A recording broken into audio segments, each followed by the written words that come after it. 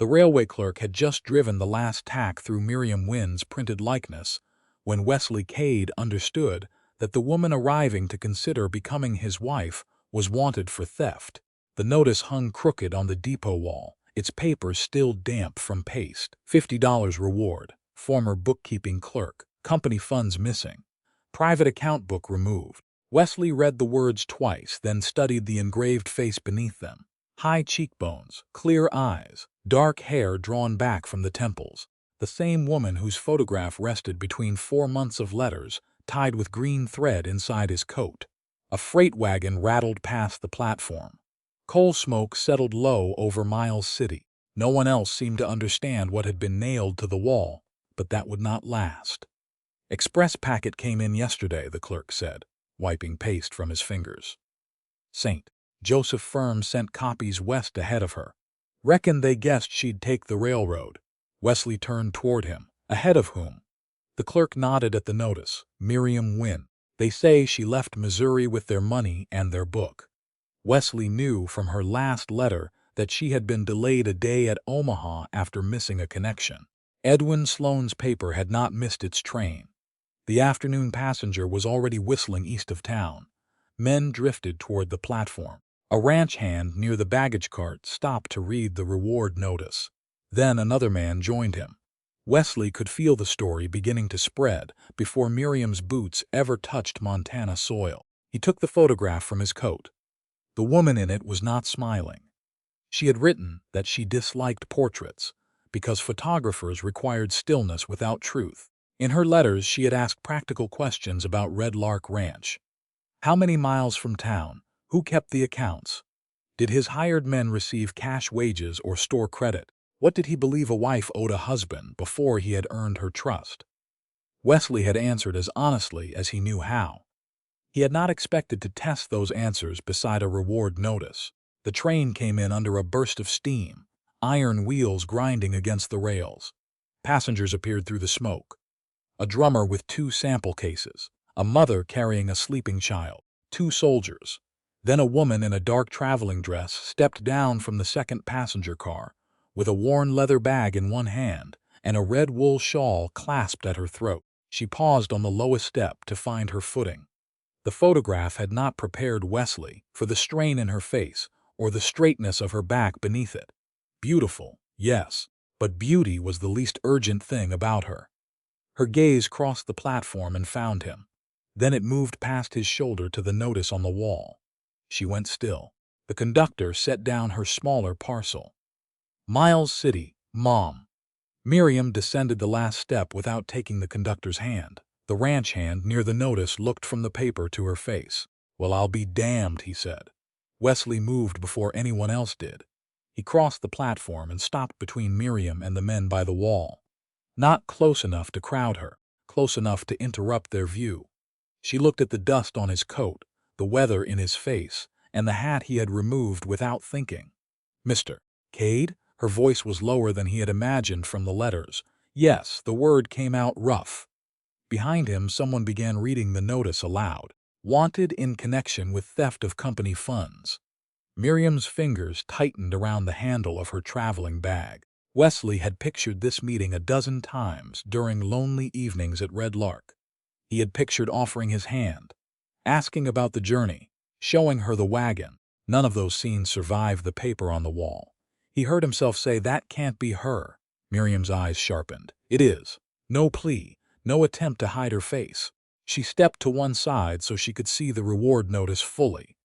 Wesley moved with her, keeping himself between her and the growing attention without blocking her path. "Did you come here of your own will?" he asked. Surprise crossed her face before caution closed over it. "Yes." "Did anyone force you onto that train?" "No." "Did Mr. Sloan send you?" "No." "Then you are free to leave this platform in whichever direction you choose." The man behind Wesley stopped reading. Miriam glanced toward the depot entrance, then toward the railroad tracks running east. "Our letters said we would meet before deciding whether marriage was sensible." "They did." "You remember that?" "I remember all of it." Wesley drew the bundle from his coat just far enough for her to see the green thread, then returned it. "You do not owe me a wedding today."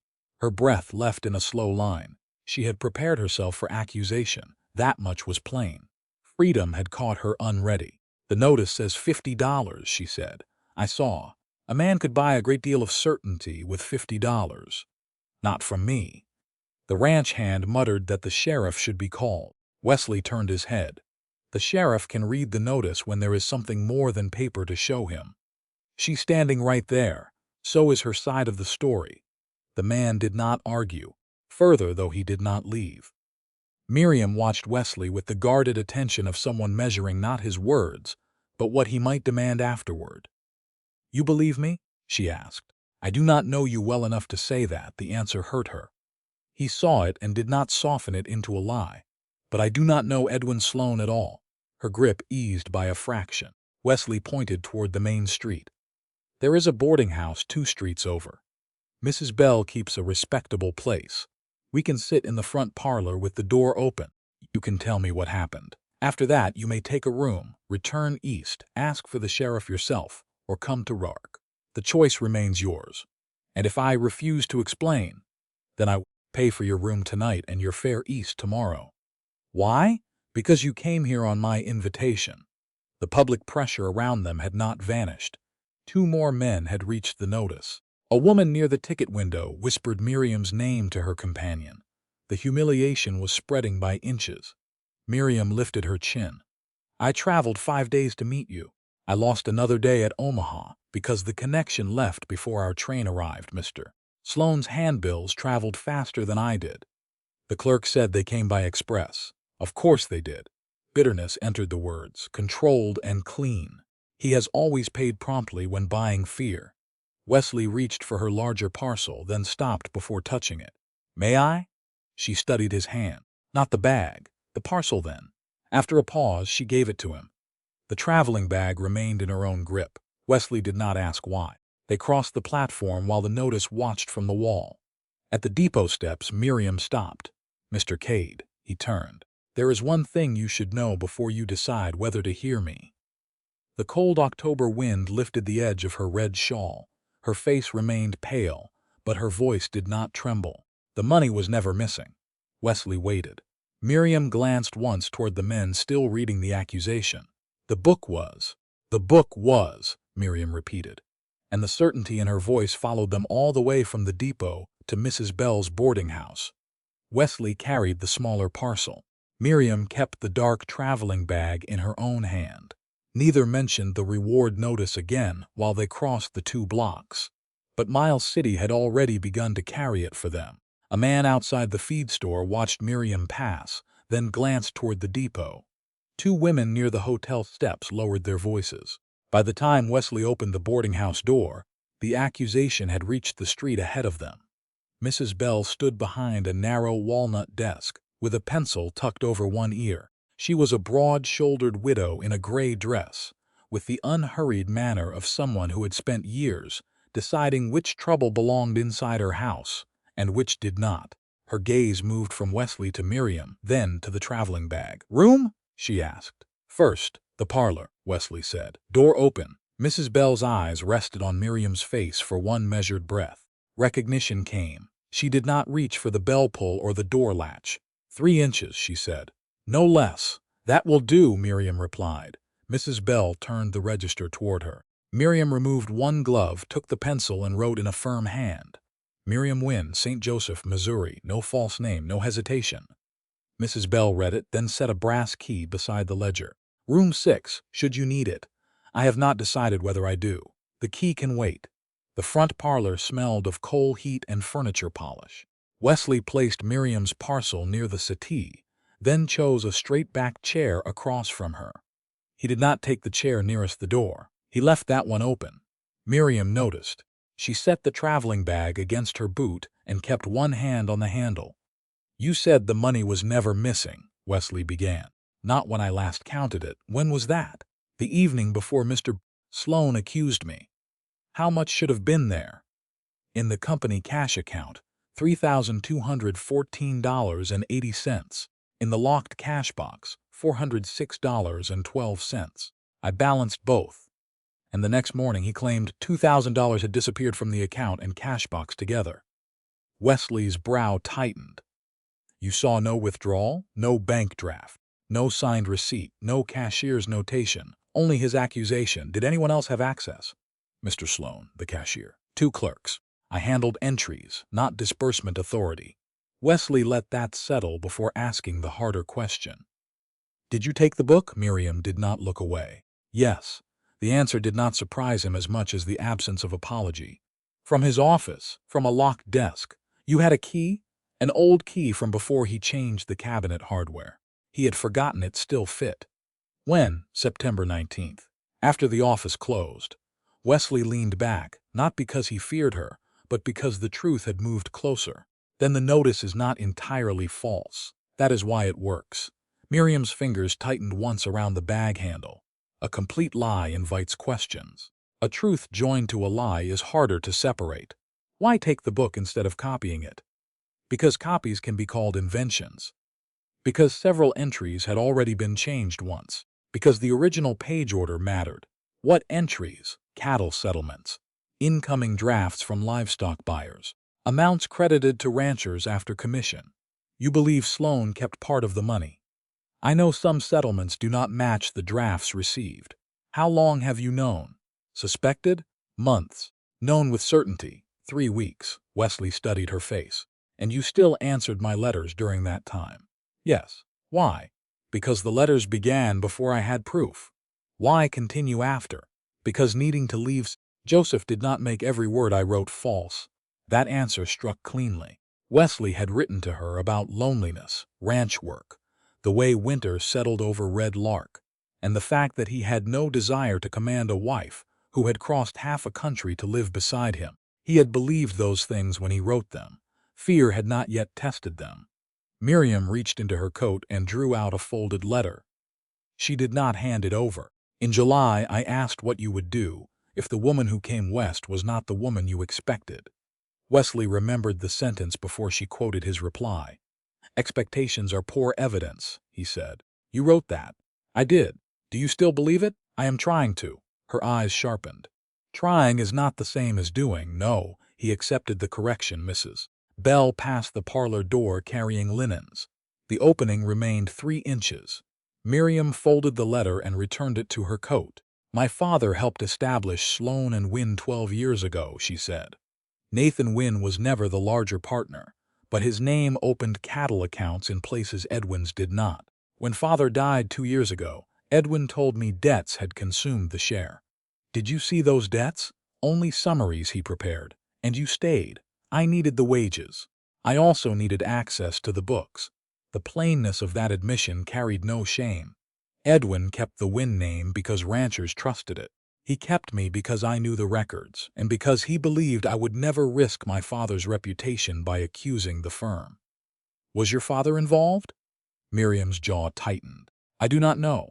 That was not an accusation. It is the question I cannot answer. She lowered her gaze to the grain of the floorboards.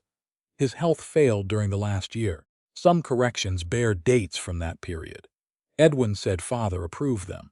I have only Edwin's word and a book Edwin wanted hidden. Wesley looked toward the traveling bag. He did not ask whether the book was inside. Miriam noticed that too. You are not going to ask where it is, would you tell me? No. Then asking would only prove I had not listened. A brief change passed through her face. Not trust, the recognition of restraint. Wesley set both hands on his knees. You came here under the possibility of marriage. That cannot continue as though the notice never existed. Agreed. You need time. So do you. What do you propose? Miriam had prepared the answer before the train reached Montana. 30 days at Red Lark Ranch as a paid bookkeeper, equal wage to any man doing the same work.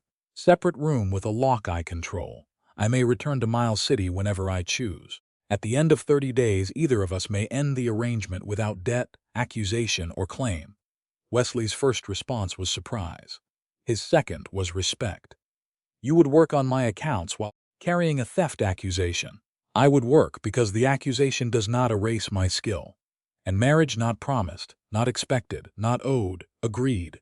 Miriam watched him closely. You accepted quickly. The terms are fair. Fair terms become less fair when a woman has nowhere else to sleep. Wesley looked toward the open door. Mrs. Bell has room 6. I will pay tonight. Tomorrow, if you choose Red Lark, you come as an employee. If you choose East, I buy the ticket. If you choose to speak with the sheriff, I go with you only if you ask. And if you decide I am guilty before morning, then I tell you before I tell anyone else." Miriam's hand relaxed from the bag handle. "That is not trust. No. It is better than pretending." "I thought so." Mrs. Bell entered with the room key and placed it in Miriam's palm. "Supper at 6. Lock turns from the inside. There is no key outside except mine." Miriam closed her fingers around it. "Thanks, Lee Rose. I will return at 7 tomorrow. If you are not downstairs, I will leave. No knocking? Not unless you ask." She studied him as though comparing his answer to a column of figures. 7 then. Wesley carried no promise from the room except the one he had just made. Outside, evening had settled over Miles City. Lamps glowed behind shop windows, and the depot smoke had thinned into the cold. He walked past the livery, past the bank, and stopped beneath the telegraph office sign. He told himself he wanted facts before bringing Miriam to Red Lark. He told himself 6 ranch hands, borrowed feed money, and a working spread gave him responsibilities beyond compassion. Both statements were true. Neither gave him the right to use her name without asking. He entered anyway. The operator sat behind the brass key, sleeves rolled above his wrists.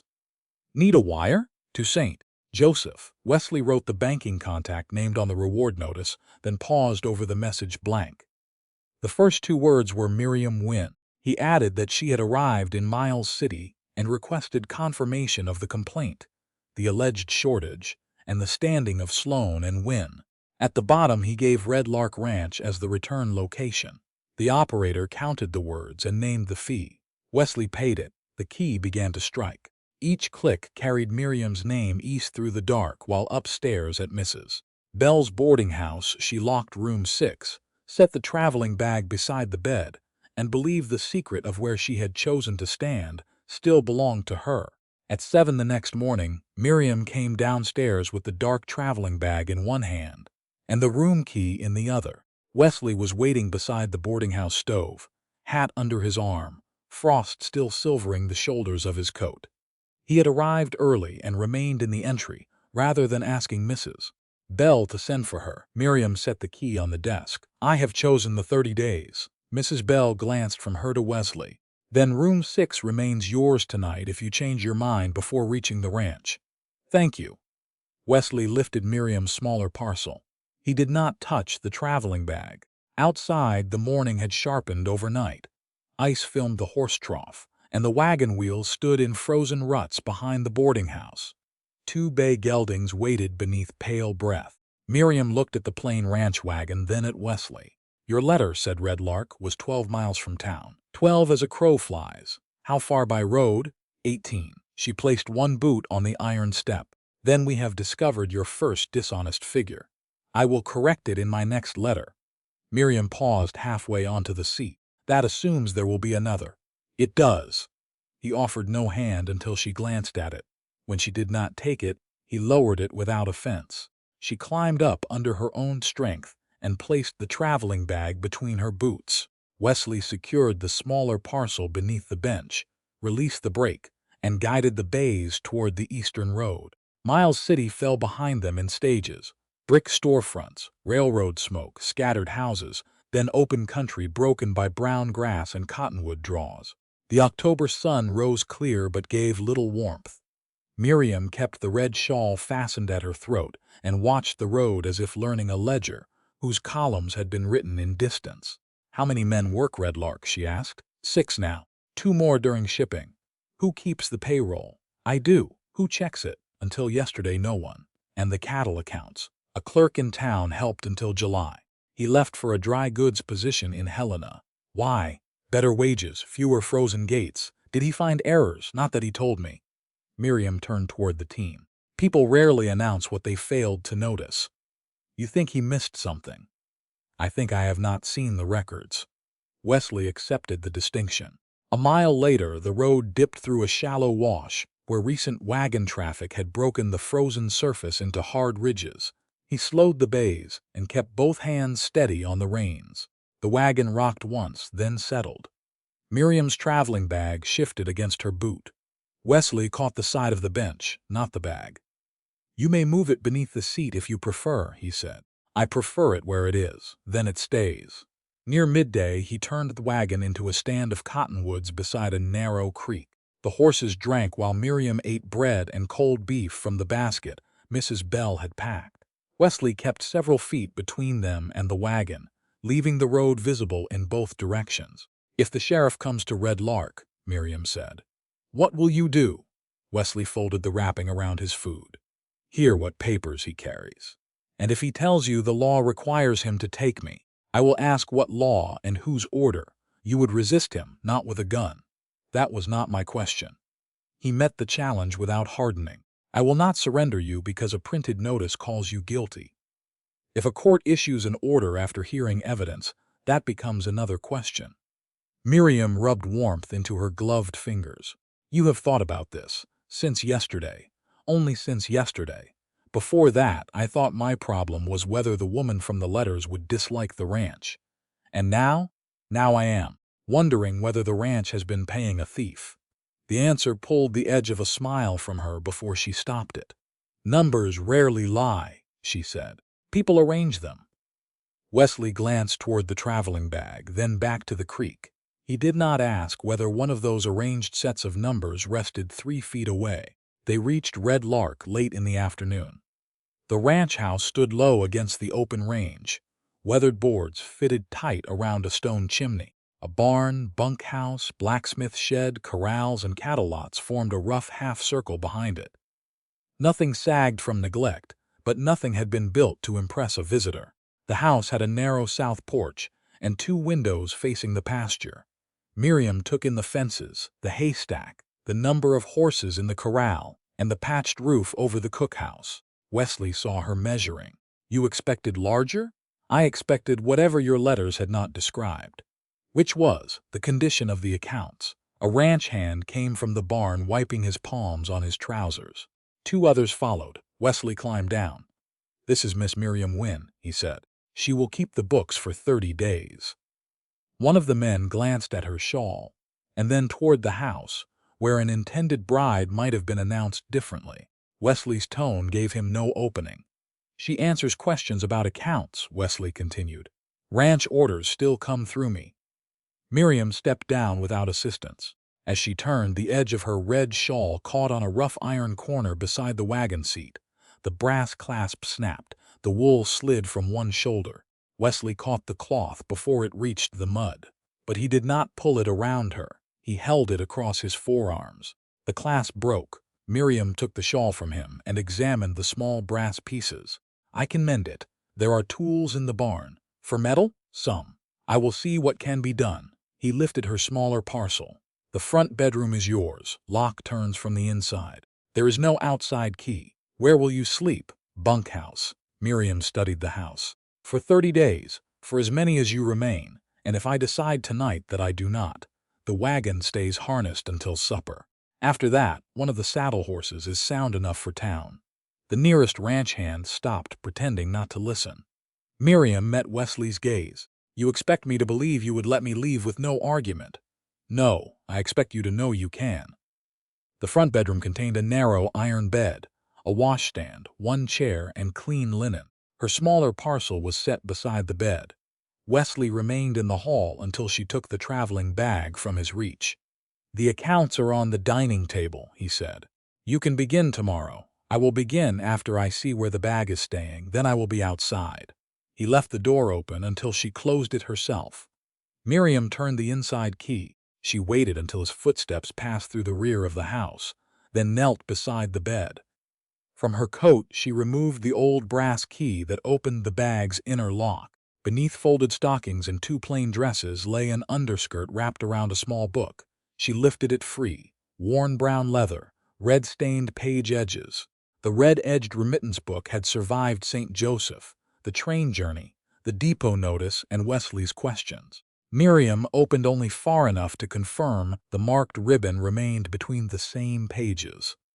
Then she wrapped the book again, returned it to the inner compartment, and locked both compartments. The key went back inside her dress. Before dusk, she joined Wesley at the dining table. He had arranged Red Lark's payroll sheets, feed accounts, freight receipts, and the most recent cattle settlement in separate stacks. Miriam sat beneath the oil lamp and did not open the top statement at once. "How many cattle did you ship in August?" she asked. 312. "How many reached the buyer?" 309. 2 died in transit. 1 stayed behind at a rail yard with a broken leg. Expected gross payment. Wesley named the figure from memory. $8,640. Only then did Miriam open the settlement. The first line credited Red Lark with $8,210. She moved down the page. Freight, yardage, feed commission, all listed afterward. $430 is gone before the expenses begin. Wesley pulled the page closer but did not take it from under her hand. Range adjustment. What range? It does not say. What service? None listed. Who approved it? Wesley pointed to the initials beside the entry. E.S. Miriam's eyes remained on the page. The letters were small, compressed, and familiar. She had seen them in St. Joseph beside corrected figures, always after the buyer's money arrived, and before the rancher's settlement went west. Wesley watched the recognition settle over her face. "You have seen that mark before?" "Yes." "In the book?" Miriam closed the statement. "I have seen it in company records." "That is not the same answer." "It is the answer I am giving tonight." Wesley sat back. He had asked. She had refused. He did not ask again. Miriam placed the freight receipt beside the settlement and aligned the dates. "Your cattle were not miscounted. The buyer did not reduce the gross. The missing amount was removed between receipt and settlement." Wesley looked toward the dark window, beyond which Red Lark's cattle moved as indistinct shapes under the first cold stars. "You are certain?" Miriam touched the initials with one finger.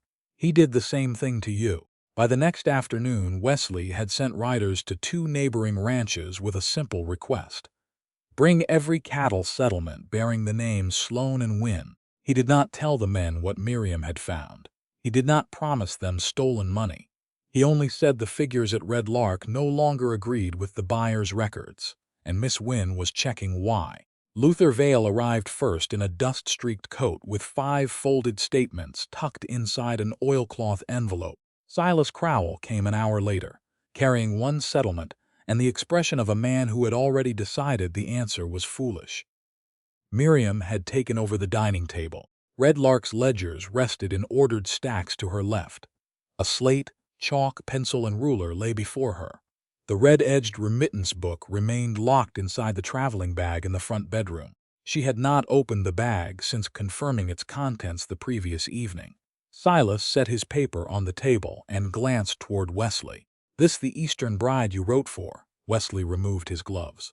"This is Miss Wynn. She is keeping the books for 30 days. Pretty long way to come for arithmetic." Miriam unfolded the settlement without answering. "How many cattle did you ship?" Silas looked at Wesley again, as if the question had been addressed through the wrong person. Wesley walked to the wall and leaned one shoulder against it. "She asked you." Silas's jaw worked. 286. "How many reached the buyer?" 283. "Lost 1 in the loading pen. 2 went lame and were held back." "Gross sale price?" He gave the figure. Miriam wrote it on the slate. "Freight?" "Statement says $198. Did you receive a separate rail receipt?" "Yes." "Amount?" Silas pulled another paper from his coat.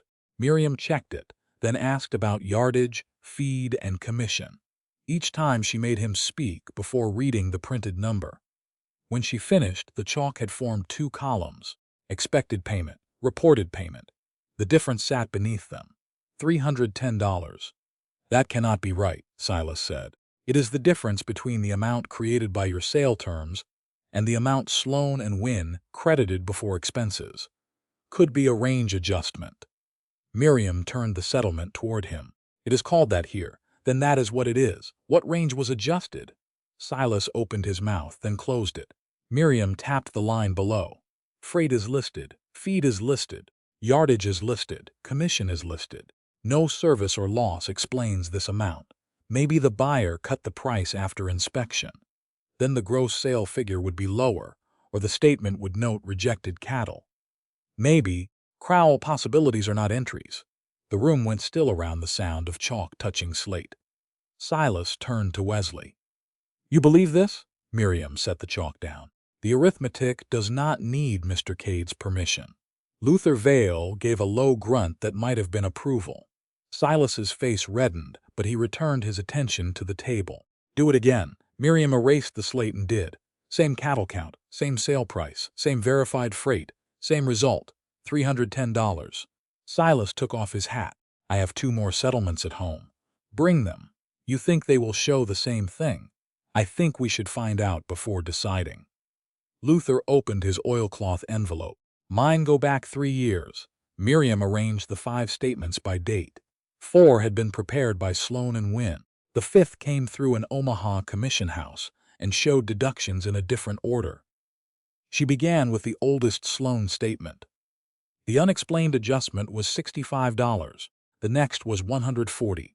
The third, $212. The newest, $310. The initials ES appeared beside 3 of the corrections. It grows, Luther said, or your shipments grew. Miriam checked the cattle counts. Not enough to explain the increase. She placed the Omaha statement beside the others. This one names every deduction. No unidentified adjustment. Different house, Silas said. Different form, Miriam replied. Not different arithmetic. A ranch hand entered from the rear carrying a wage slip folded into quarters. Harlan stopped when he saw the visitors. Mr. Cade said to bring any paper showing deductions. Wesley nodded toward Miriam. Give it to her. Harlan crossed the room and placed the slip beside the slate. Miriam read the line items. Board, tobacco from the ranch account, replacement gloves, then an $18 commission charge. What was this commission for, she asked. Harlan shifted his weight, never knew. Foreman before Mr. Cade took the payroll said it came from the cattle firm. Wesley came off the wall. I did not authorize that. Was it deducted from all 6 men, Miriam asked. 3 of us. Men who worked the loading pens. Did the firm provide them? No, Mom. Did it hire you directly? No. Miriam turned the slip toward Wesley. Then there is no stated basis for the deduction. Wesley went to the iron cash box kept in the side cabinet, counted $18, and placed the coins before Harlan. This belongs to you. Harlan stared at the money. You might need to check the rest first. Miss Wynn just did. It was taken last month. Then it has been yours since last month. Harlan gathered the coins slowly. Miriam pulled a blank receipt from the account stack. Sign here that Red Lark corrected an unauthorized deduction. Keep your original wage slip. Harlan bent over the table and wrote his name with a laborer's heavy hand. Should the others bring theirs? Everyone, Miriam said, and do not surrender the originals. He nodded and left with the coins closed in his fist. Silas watched the door after him. You paid before knowing whether Sloan's firm meant to charge it. Wesley returned the cash box to the cabinet. My men were hired by Red Lark. If another company wants their wages, it can explain why before taking them. Miriam recorded the repayment in the ranch ledger. No praise entered the room. The action needed none. By dusk, Silas had stopped calling her a bride. He stood over the table with both hands braced near his settlement. I spoke out of turn, he said. It was not a graceful apology. It was enough to cost him something. Miriam accepted it with a nod. Bring the other records tomorrow, all of them. Every settlement, draft notice, bank receipt, and freight bill you still have. That is a box full. Then bring the box. Luther gave a brief laugh. Silas did not, but he folded his statement with greater care than before. When the 2 ranchers rode away, Wesley remained at the table while Miriam sorted the day's papers into separate Red Lark, Vale, Crowell, wages. Confirmed figures went in one stack, questions in another. You saw in an hour what I missed for a year, Wesley said. Miriam aligned the edges of Luther's oldest statement. You gave me the books. That does not make missing it easier. It should make correcting it possible. He watched her write a notation beside Harlan's receipt. Silas was wrong about you. Silas was wrong about the figures. His opinion of me is a smaller account. Wesley almost smiled. You keep separate ledgers for insult and money. Only one of them pays wages. The last light drained from the window. Miriam lifted Luther's October settlement from the previous year and compared it with the Omaha statement. Same livestock buyer. Different commission route. A draft number appeared beside the gross payment. She searched the Red Lark references Wesley had provided, then the copied sequence on Luther's other statements.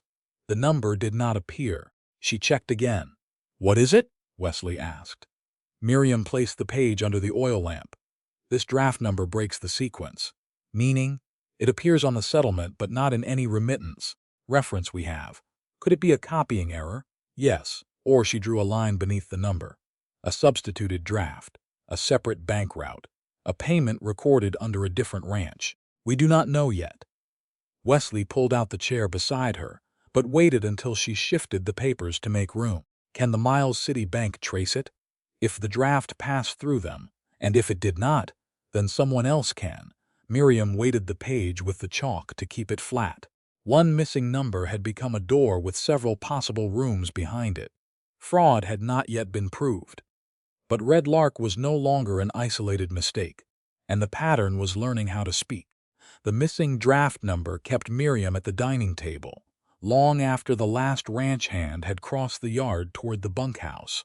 Luther's statements lay in one stack, Silas Crowell's in another, and Red Lark's own records filled the space between them. The oil lamp burned low enough to darken the corners of the room. Miriam had copied the disputed number 3 times, hoping one of the digits would reveal itself as a clerk's error. It did not.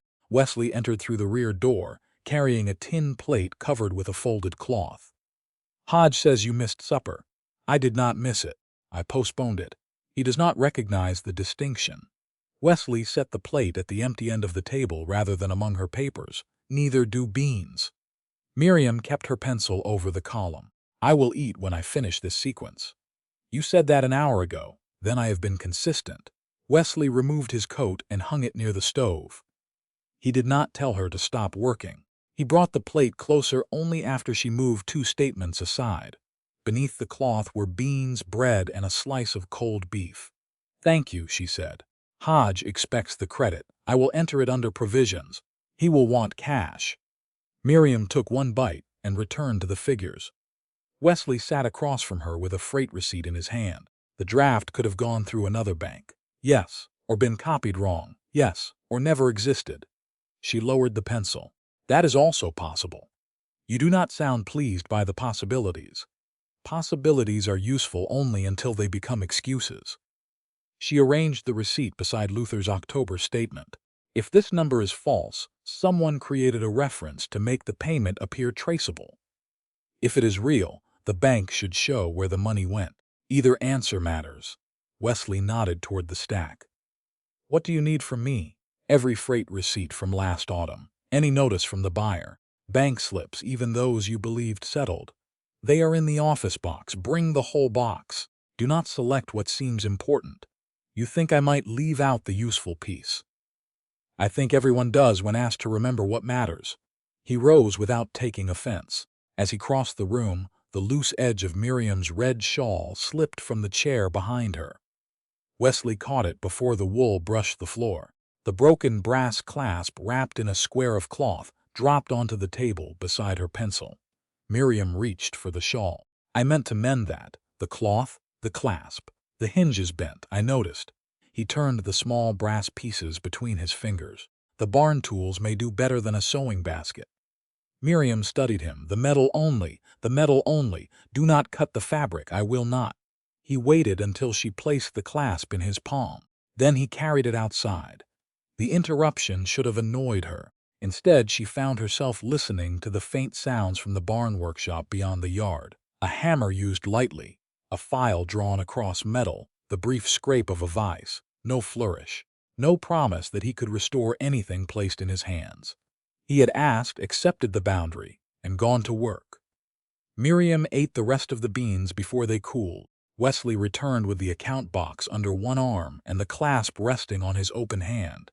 The bent hook had been straightened. The hinge sat tight. A sharp edge that had caught the wool was smooth beneath her thumb. "It will hold," he said. "The cloth will need stitching. I said I could mend that part. I remember." He placed the repaired clasp beside her pencil and set the box on the floor. No attempt to fasten it for her. Miriam tested the spring once, then laid it beside the folded shawl. "You did not ruin it. High praise, accurate praise." Wesley opened the account box. Inside were freight bills, bank slips, feed invoices, and loan papers folded around one another in no useful order. Miriam gave him a look. The former clerk kept it that way. And you allowed him. I believed a box was organization. A box is containment. I am learning. They sorted the papers together. Wesley read dates while Miriam built piles. The missing draft did not appear, but another fact did. A loan renewal from Sloan and Wynn carried Red Lark's next cattle shipment as security. You borrowed against the August sale, Miriam said. Against part of it, for feed, fence wire, and wages after the bad winter. She looked up. How bad? We lost calves. Prices fell. 2 sections of fence came down before spring roundup. And enough to keep operating. That is not the same as recovered. No. Wesley sat back in his chair. Red Lark owns land, cattle, and more work than money. If you expected a rich rancher hiding his wealth, you took the wrong train. I expected the truth. Then there it is. Miriam examined the renewal terms. The firm could tighten credit if the next settlement failed to cover the advance. Edwin had leverage over Red Lark before she arrived. If these deductions are fraudulent, he took money from you, while also charging interest on the shortage he helped create. That appears to be the shape of it. You say that as though it concerns weather. Anger does not improve the figures. No, but it may improve what a man refuses to tolerate. Wesley's expression hardened. I am not tolerating it. You did for a year, because I did not see it. That is different from being unable to see. He held her gaze. You are right. No defensiveness. No claim that a rancher could not be expected to understand accounts. Miriam returned to the papers before the admission reached too far inside her guard. The room settled into work again. After several minutes, Wesley said, my advertisement did not mention debt. Most marriage notices do not include balance sheets. It should have.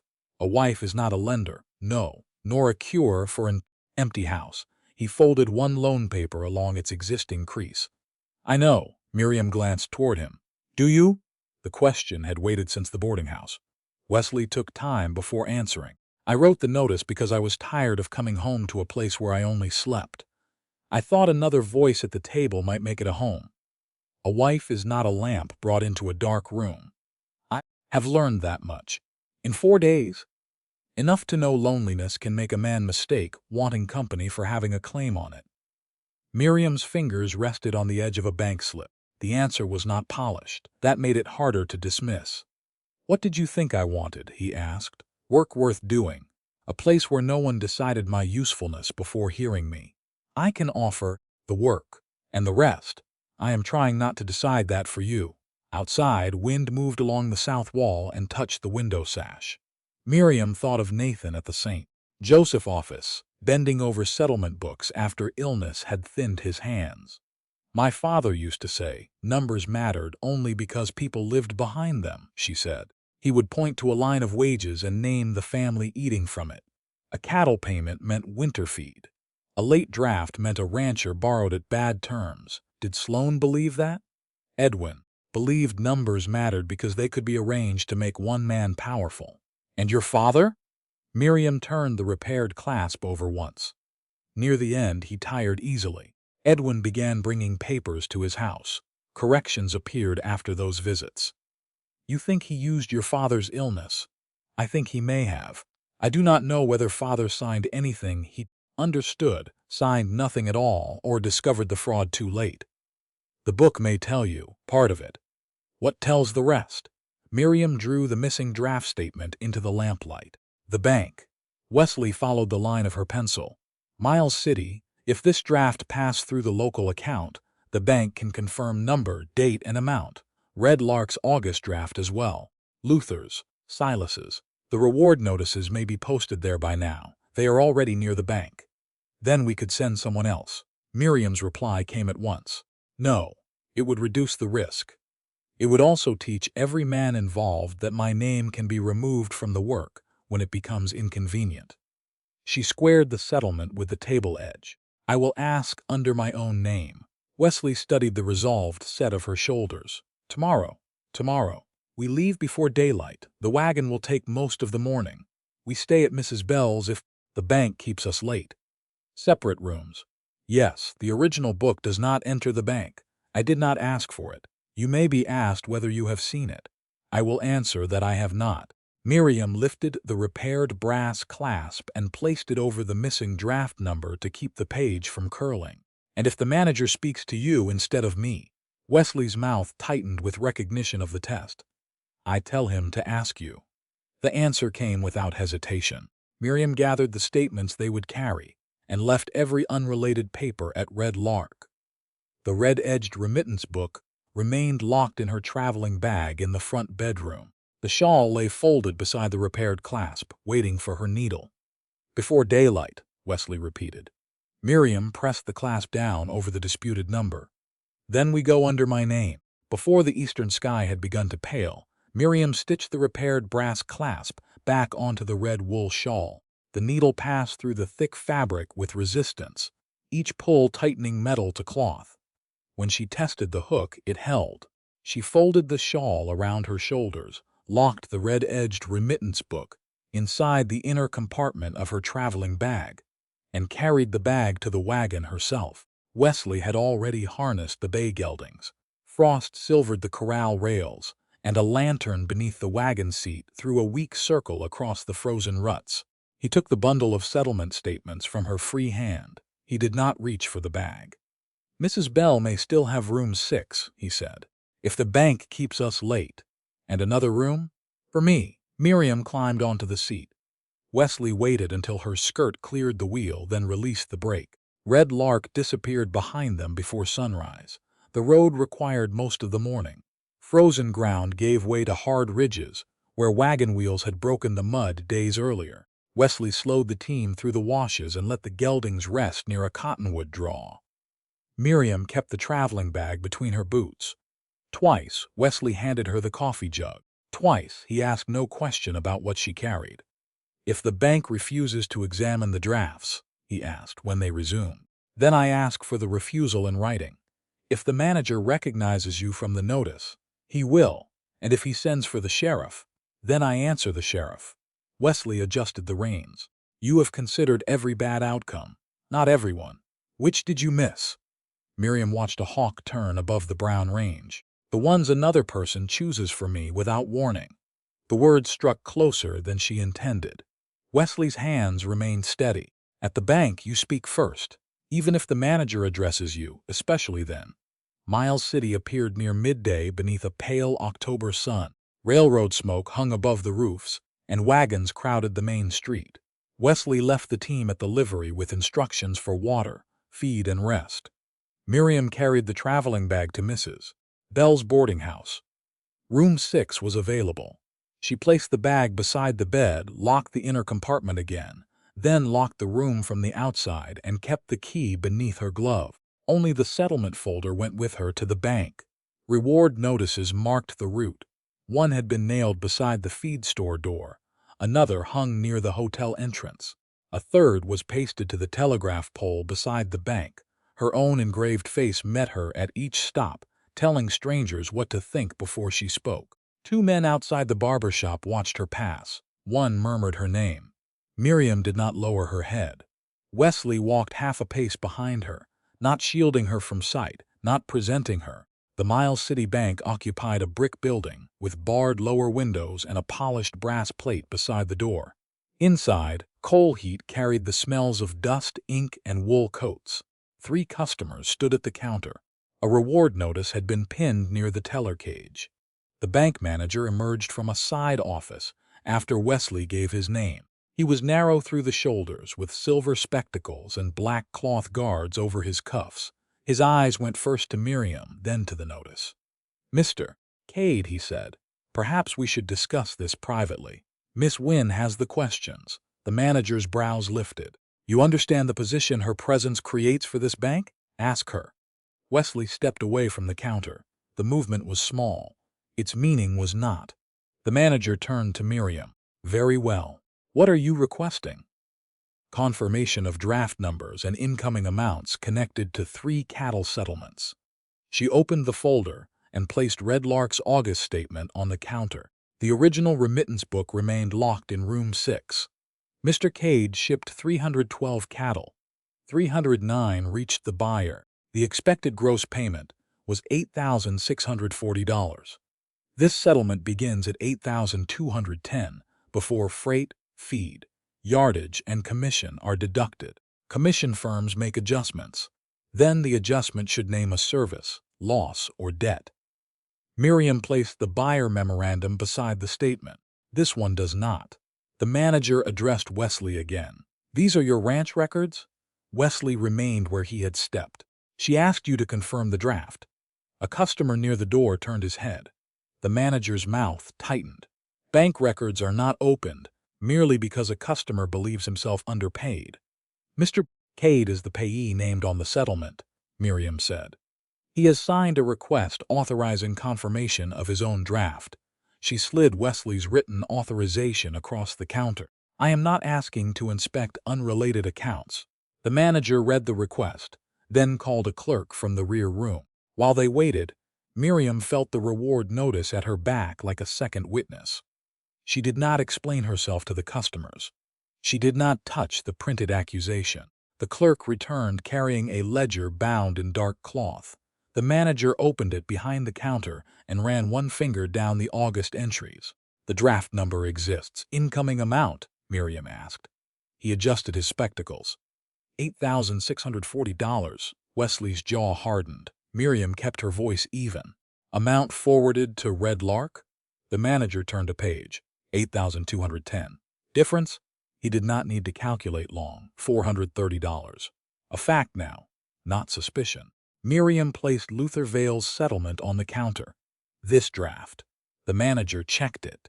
The incoming amount exceeded the rancher's credited amount by the same sum Miriam had marked in her notes. Silas Crowell's settlement showed another discrepancy. 3 statements, 3 incoming drafts larger than the amounts forwarded. "This does not prove theft," the manager said. "No," Miriam replied. "It proves the settlements do not match the money received. There may be internal charges. Then those charges must appear in the firm's records. Perhaps they do. Then an inquiry will find them." The manager closed the ledger. "You are asking this bank to correspond with a firm that accuses you of stealing its property." "I am asking the bank to preserve what its own ledger shows before anyone decides the accusation settles the account." He studied her across the counter. "Do you possess the book named in the notice?" Miriam did not glance toward Wesley. "I am here with settlement statements. The book is not part of this request." "That is not an answer. It is the answer relevant to your bank." The manager removed his spectacles and polished them with a handkerchief. When he replaced them, his tone had become more precise. "I will send an inquiry to the sending bank. I will not release ledger copies until a response is received. Then give Mr. Cade a written acknowledgement that 3 discrepancies were observed today." "You expect me to sign such a statement?" "I expect you to record what you just read." The room had grown attentive without becoming loud. The manager looked toward the customers, then toward the reward notice. At last he drew a sheet from his desk and wrote the draft numbers, the incoming amounts, the credited amounts, and the date. He signed beneath them. Miriam accepted the page. It was not innocence. It was the first institution willing to admit the accusation did not explain the figures. Outside, the sun had passed noon. Wesley bought bread and cheese from the general store, then returned with Miriam to Mrs. Bell's boarding house. He had just placed her share of the food on the parlor table when a telegraph boy came running along the street. "Mr. Cade!" Wesley stepped onto the porch. The boy held out a yellow envelope. "From St. Joseph. Came in 10 minutes ago." Miriam saw her name written beneath Wesley's on the front, Miriam Wynn. Wesley took the envelope but did not break the seal. "This concerns you," he said. "You may open it." She accepted it. "Who sent the inquiry?" Wesley's face answered before his voice did. "I did." The paper crackled beneath her gloves. "When?" "The night you arrived." Miriam broke the seal. The reply was brief. Edwin Sloan had prepared sworn papers accusing Miriam Wynn of theft of company cash and removal of firm records. He had departed St. Joseph by rail for Miles City, arrival expected within days. The final line was colder than the rest. Location acknowledged through inquiry received from Wesley Cade, Red Lark Ranch, Montana Territory. Miriam read it twice. The bank manager's acknowledgement in her other hand suddenly felt thin. He did not know where I had gone, she said. Wesley removed his hat. I know. He sent notices west because he guessed I might follow the letters. Yes. Your wire confirmed the town, the ranch, your name. Yes. She folded the telegram along its existing crease. Anger made her movements precise. You asked St. Joseph about me before you asked whether I wanted my name sent there. Wesley did not defend himself. Yes. Before you saw one account. Yes. Before I came to Red Lark. Yes. Miriam raised the telegram between them. Did you tell him where I was? Wesley could have called it caution. He could have said he meant to protect his men and ranch. He could have hidden behind every true reason fear had given him. None would alter the line in her hand. He could not answer no. Yes, Wesley said. The word settled between them with the weight of the telegram. Miriam stood on Mrs. Bell's porch while wagons passed along the street, and the telegraph boy waited for his coin. The repaired clasp held her red shawl closed at the throat. Her name stood in the center of the yellow page. So did Wesley's return location. Red Lark Ranch, Montana Territory, an address Edwin had not possessed until Wesley supplied it. You sent the wire the night I arrived, she said. Yes. After I told you Edwin had accused me. Yes. Before you had seen one settlement. Yes. Each answer stripped away another possible misunderstanding. Miriam folded the telegram once, matching the crease already pressed into the paper. Were you going to tell me? Wesley paid the boy, then removed his hat. I should have told you before I sent it. That is not what I asked. His hand tightened around the brim. No, I do not know when I would have told you. The honesty did not soften the injury. It gave it edges. You thought I might be guilty. I thought I did not know enough. So you asked men in St. Joseph before asking what I wanted done with my name. Yes. You told me I could choose whether to go to Red Lark. You let me believe the choice remained mine. It should have. But Edwin's road to me had already been laid. Wesley did not step closer. I was afraid the notice meant danger to you, the ranch, and the men whose accounts might be involved. I acted before I asked. That was wrong. Do not say you were protecting me. I was not. The refusal to hide behind a noble word struck harder than a defense would have. Miriam had prepared herself to tear apart excuses. He offered none. You turned the refuge I chose into an address, she said. Yes, and now Edwin is coming with sworn papers because you confirmed where I was. Yes, Mrs. Bell opened the front door behind them. She took in Miriam's rigid shoulders, Wesley's hat in his hand, and the telegram between them. The parlor is empty, she said. Miriam entered. Wesley followed only to the threshold. The dark traveling bag remained upstairs in room 6, locked from within the room's outer door, the red-edged remittance book sealed inside its inner compartment. Miriam did not need to see it to feel its danger. The 30-day arrangement is over, she said. Wesley's face went still. All right. The immediate acceptance left her anger with nowhere easy to strike. You will pay my wages through today.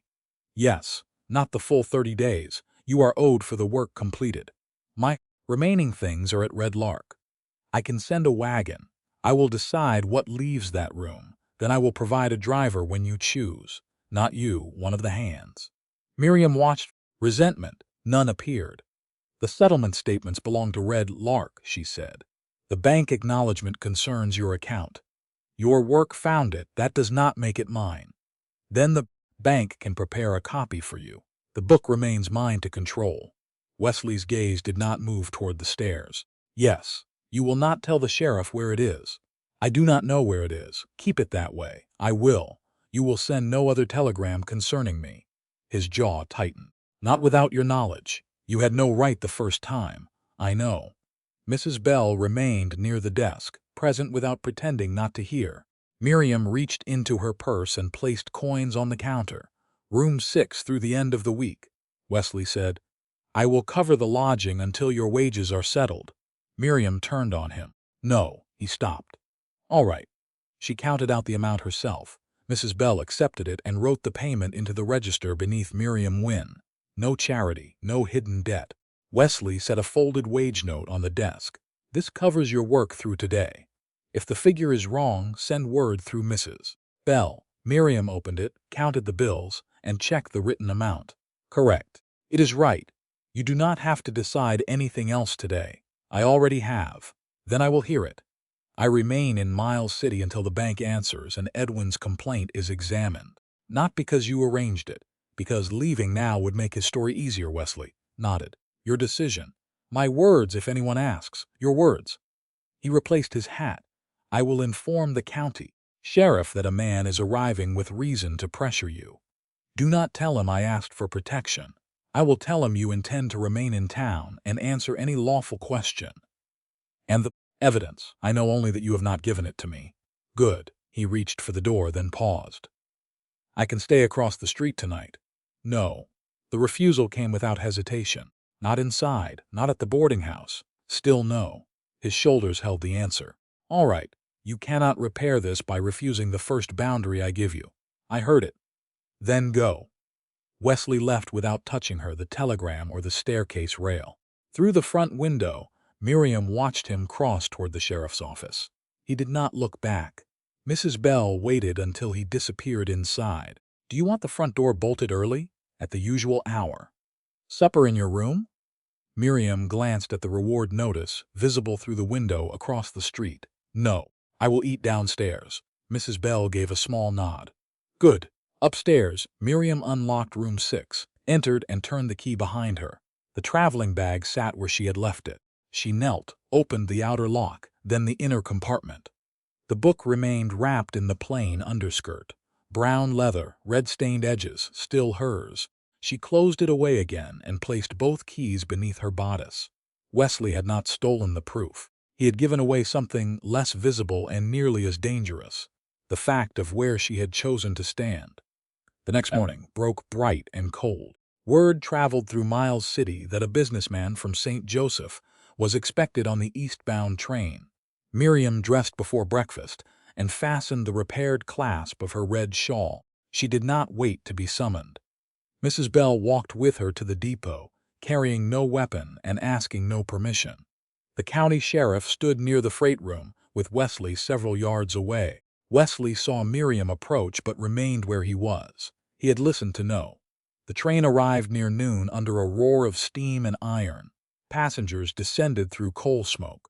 Edwin Sloan stepped from the first car wearing a dark city coat, polished boots, and gloves too fine for the dust. A leather case hung from one hand. At 47, he had the composed face of a man accustomed to being believed before he explained himself. He saw Wesley first. Then his gaze found Miriam. Satisfaction tightened his mouth. He crossed the platform as if the space had already been cleared for him. There is my missing clerk, he said. The old office seemed to close around Miriam. The locked desk, the lowered voice, the favors Edwin called mercy before attaching a price. She stepped away from Mrs. Bell and met him in the open. I was never yours. Edwin opened the leather case and withdrew a sworn affidavit. You took company money and private records. Miriam did not retreat. I took no money. He held the papers toward the sheriff. She stole more than a book. The sheriff took the affidavit from Edwin and read the first page without moving from the depot platform. Wind tugged at the paper. Coal smoke drifted between them and the waiting train.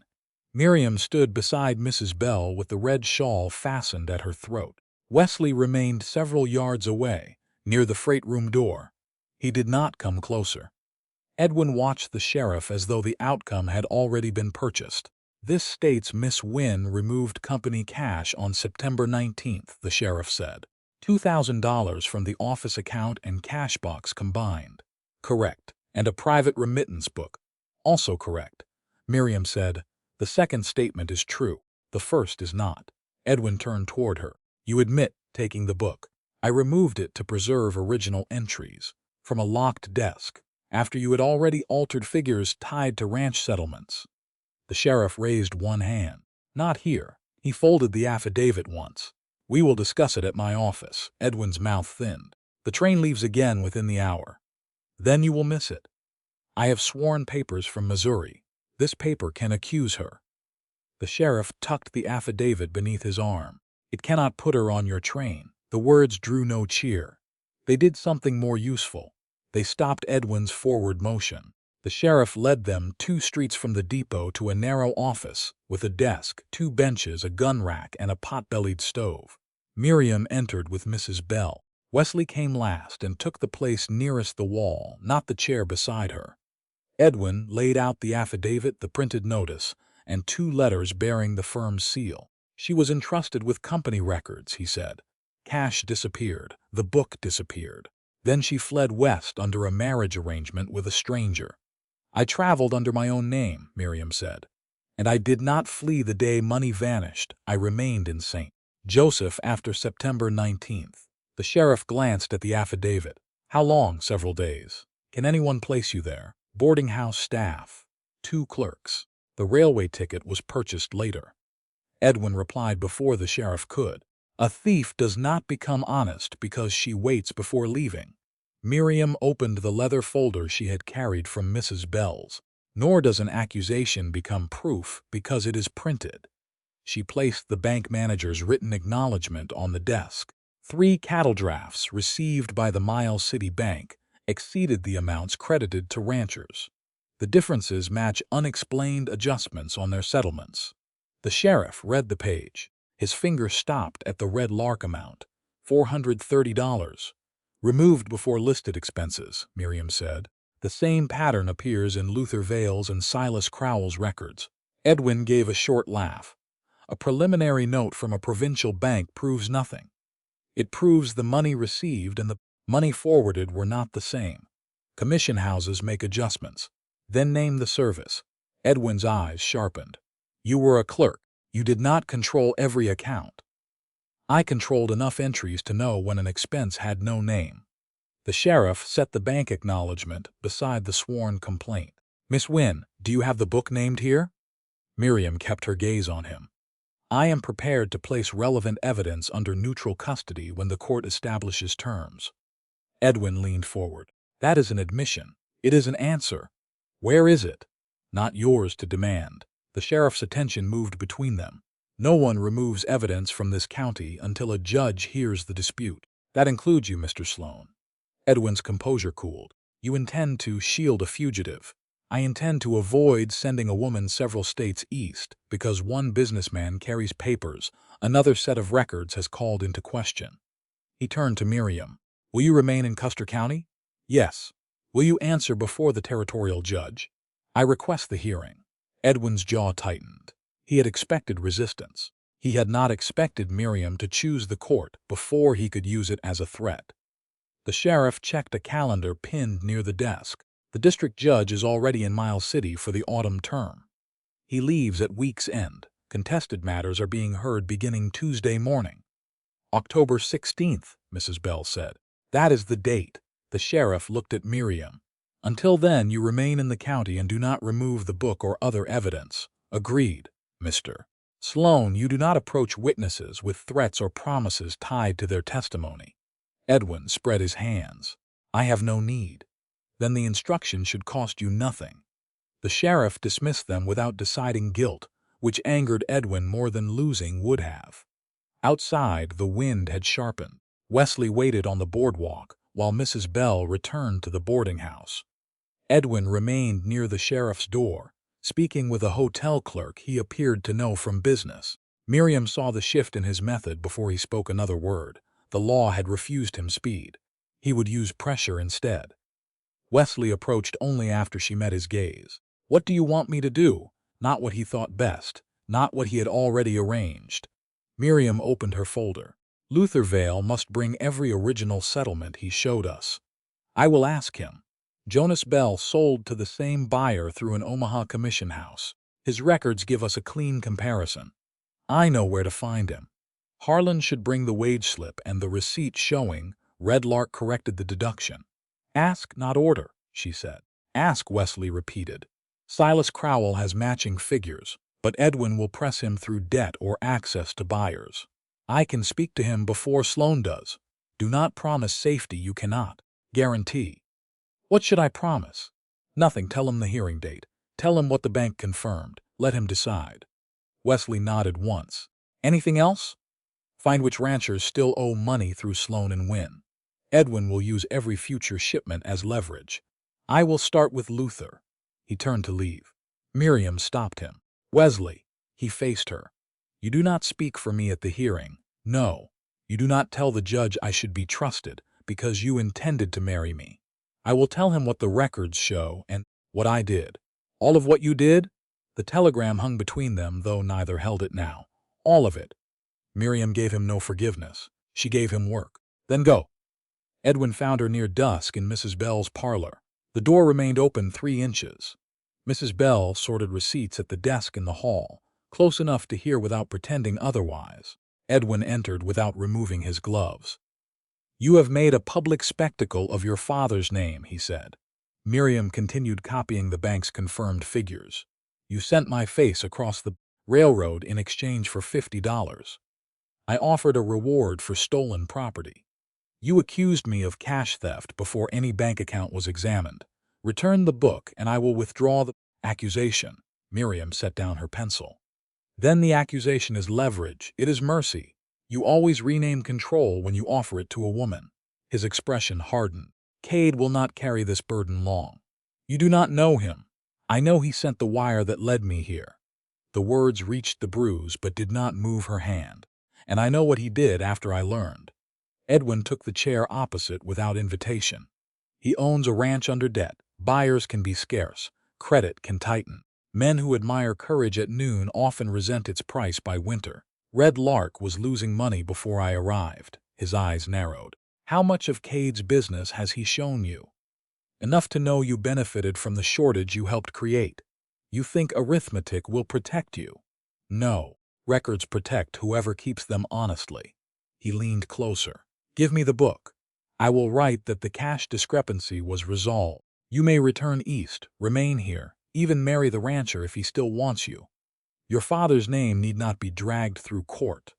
My father's name is already on the firm you used. Nathan understood business. Nathan understood that people live behind numbers. Nathan was ill, which made him easy to use. Edwin's hand closed on the chair arm. Be careful. That is what the book made possible. Mrs. Bell appeared in the doorway, carrying a tray with 1 cup on it. Mr. Sloane, visiting hours are over. Edwin stood. The offer will not remain open. It was never an offer. He left without touching Miriam's papers. By nightfall, Wesley had spoken with Luther Vale and Jonas Bell. Both agreed to bring records. Harlan said he would appear if asked under oath. Silas Crowell was harder. He read the hearing notice twice, then folded it into his pocket. I have cattle to sell next year, he said.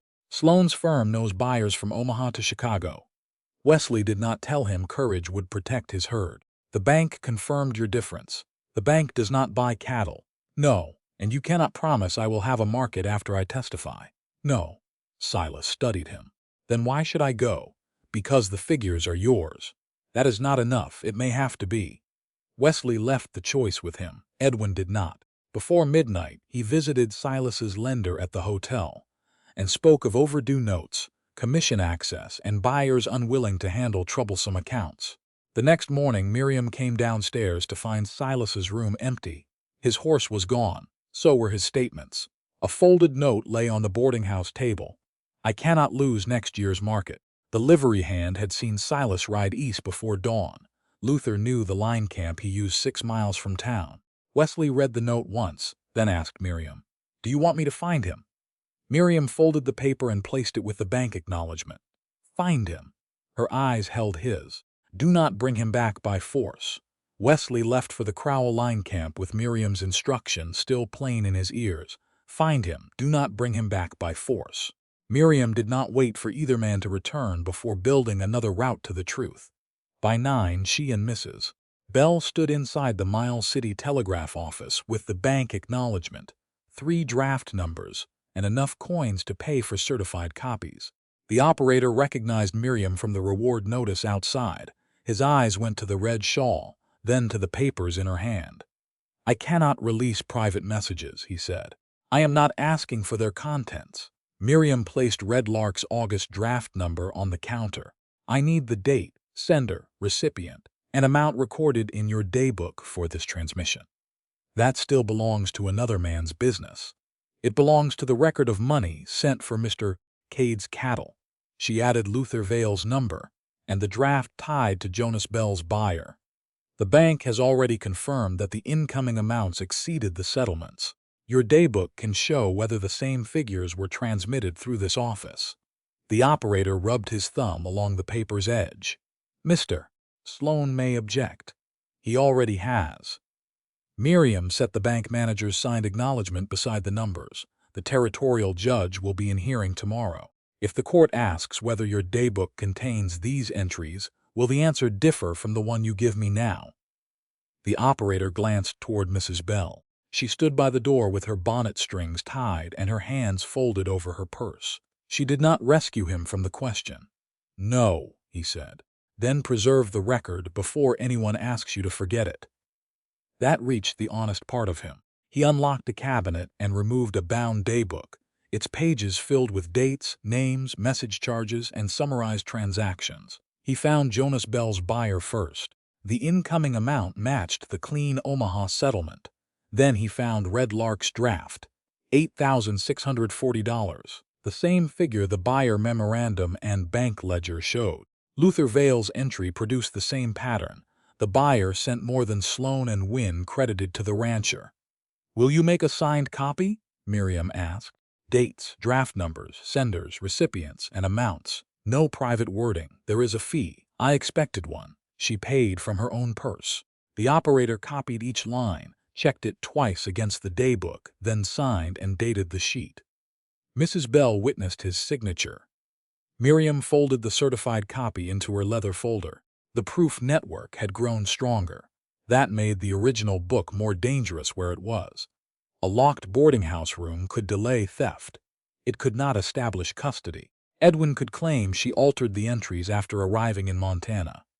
He could send someone through a window, force a search, or accuse Mrs. Bell of sheltering stolen property. Miriam had carried the red-edged remittance book across several states to keep it from one powerful man. Keeping it hidden forever would turn preservation into vulnerability. The bank manager listened to her request from behind the same counter where he had confirmed Red Lark's discrepancy. You want the bank to accept disputed company property voluntarily. I want the bank to hold evidence pending court direction. Mr. Sloan will claim we are concealing stolen records. Then do not conceal them. Describe the condition. Wrap the book. Seal every fold. Record who witnesses the transfer. Place it in the vault and release it only to the court. He removed his spectacles. Do you have the book with you? Not in this room. Why should the bank assume the risk? Miriam placed the telegraph office copy beside his own acknowledgement. Because your ledger is now part of the same dispute. Neutral custody protects the book, the bank, and the court. The manager read the new page. His expression changed only slightly, but the objection became calculation. The sheriff must record the condition. I want 2 witnesses. The packet will be signed across every seal. Agreed. You may deliver it yourself. Miriam glanced through the bank window. Wesley's horse was gone from the livery rail. He was still east of town, asking a frightened rancher to choose between truth and next year's market. I will choose the carrier. The manager's brows rose. That is your concern, provided the witnesses observe every transfer. Miriam returned to Mrs. Bell's boarding house and waited until the sheriff arrived. Wesley came back from the line camp shortly after noon, dust on his coat and no Silas beside him. Miriam met him in the parlor. Did you find him? Yes. Did he agree to return? No. She felt the answer without showing disappointment. What did you say? That Luther, Jonas, Harlan, the bank, and the telegraph records would all stand with their own evidence, that he would not be alone. Did you promise Edwin could not damage his business? No. Did you tell him he owed me testimony? No. Then what did he say? He asked when the hearing begins. And I told him tomorrow morning. Wesley removed his gloves. Then I left. Miriam studied the road dust at his cuffs, the absence of triumph, the fact that he had obeyed an instruction whose result he could not control. I need a carrier for the book, she said. He became still. The bank will accept it, under witnessed seal. The sheriff and Mrs. Bell will record the transfer. Why me? Because I am deciding whether your hands can be trusted after your judgment could not. The words landed cleanly. Wesley did not defend himself. What are the terms? You carry it directly from this room to the bank. You do not open it. You do not claim ownership. You surrender it the instant the manager accepts custody. Yes, You do not ask what pages matter. Yes. You do not use the favor later. It is not a favor. Miriam held his gaze. No, it is a test. Then I understand. The sheriff stood beside the parlor table while Mrs. Bell closed the front door and left the parlor opening unobstructed. Miriam placed her dark traveling bag on the table. She unlocked the outer compartment, removed folded garments, then used the old brass key on the inner lock. The plain underskirt lay where she had wrapped it in St. Joseph. She lifted it free and unfolded the cloth. Brown leather, red-stained page edges, worn spine. The room seemed to contract around the small book. The sheriff examined it without opening to the written pages. Binding intact, he said as Mrs. Bell wrote.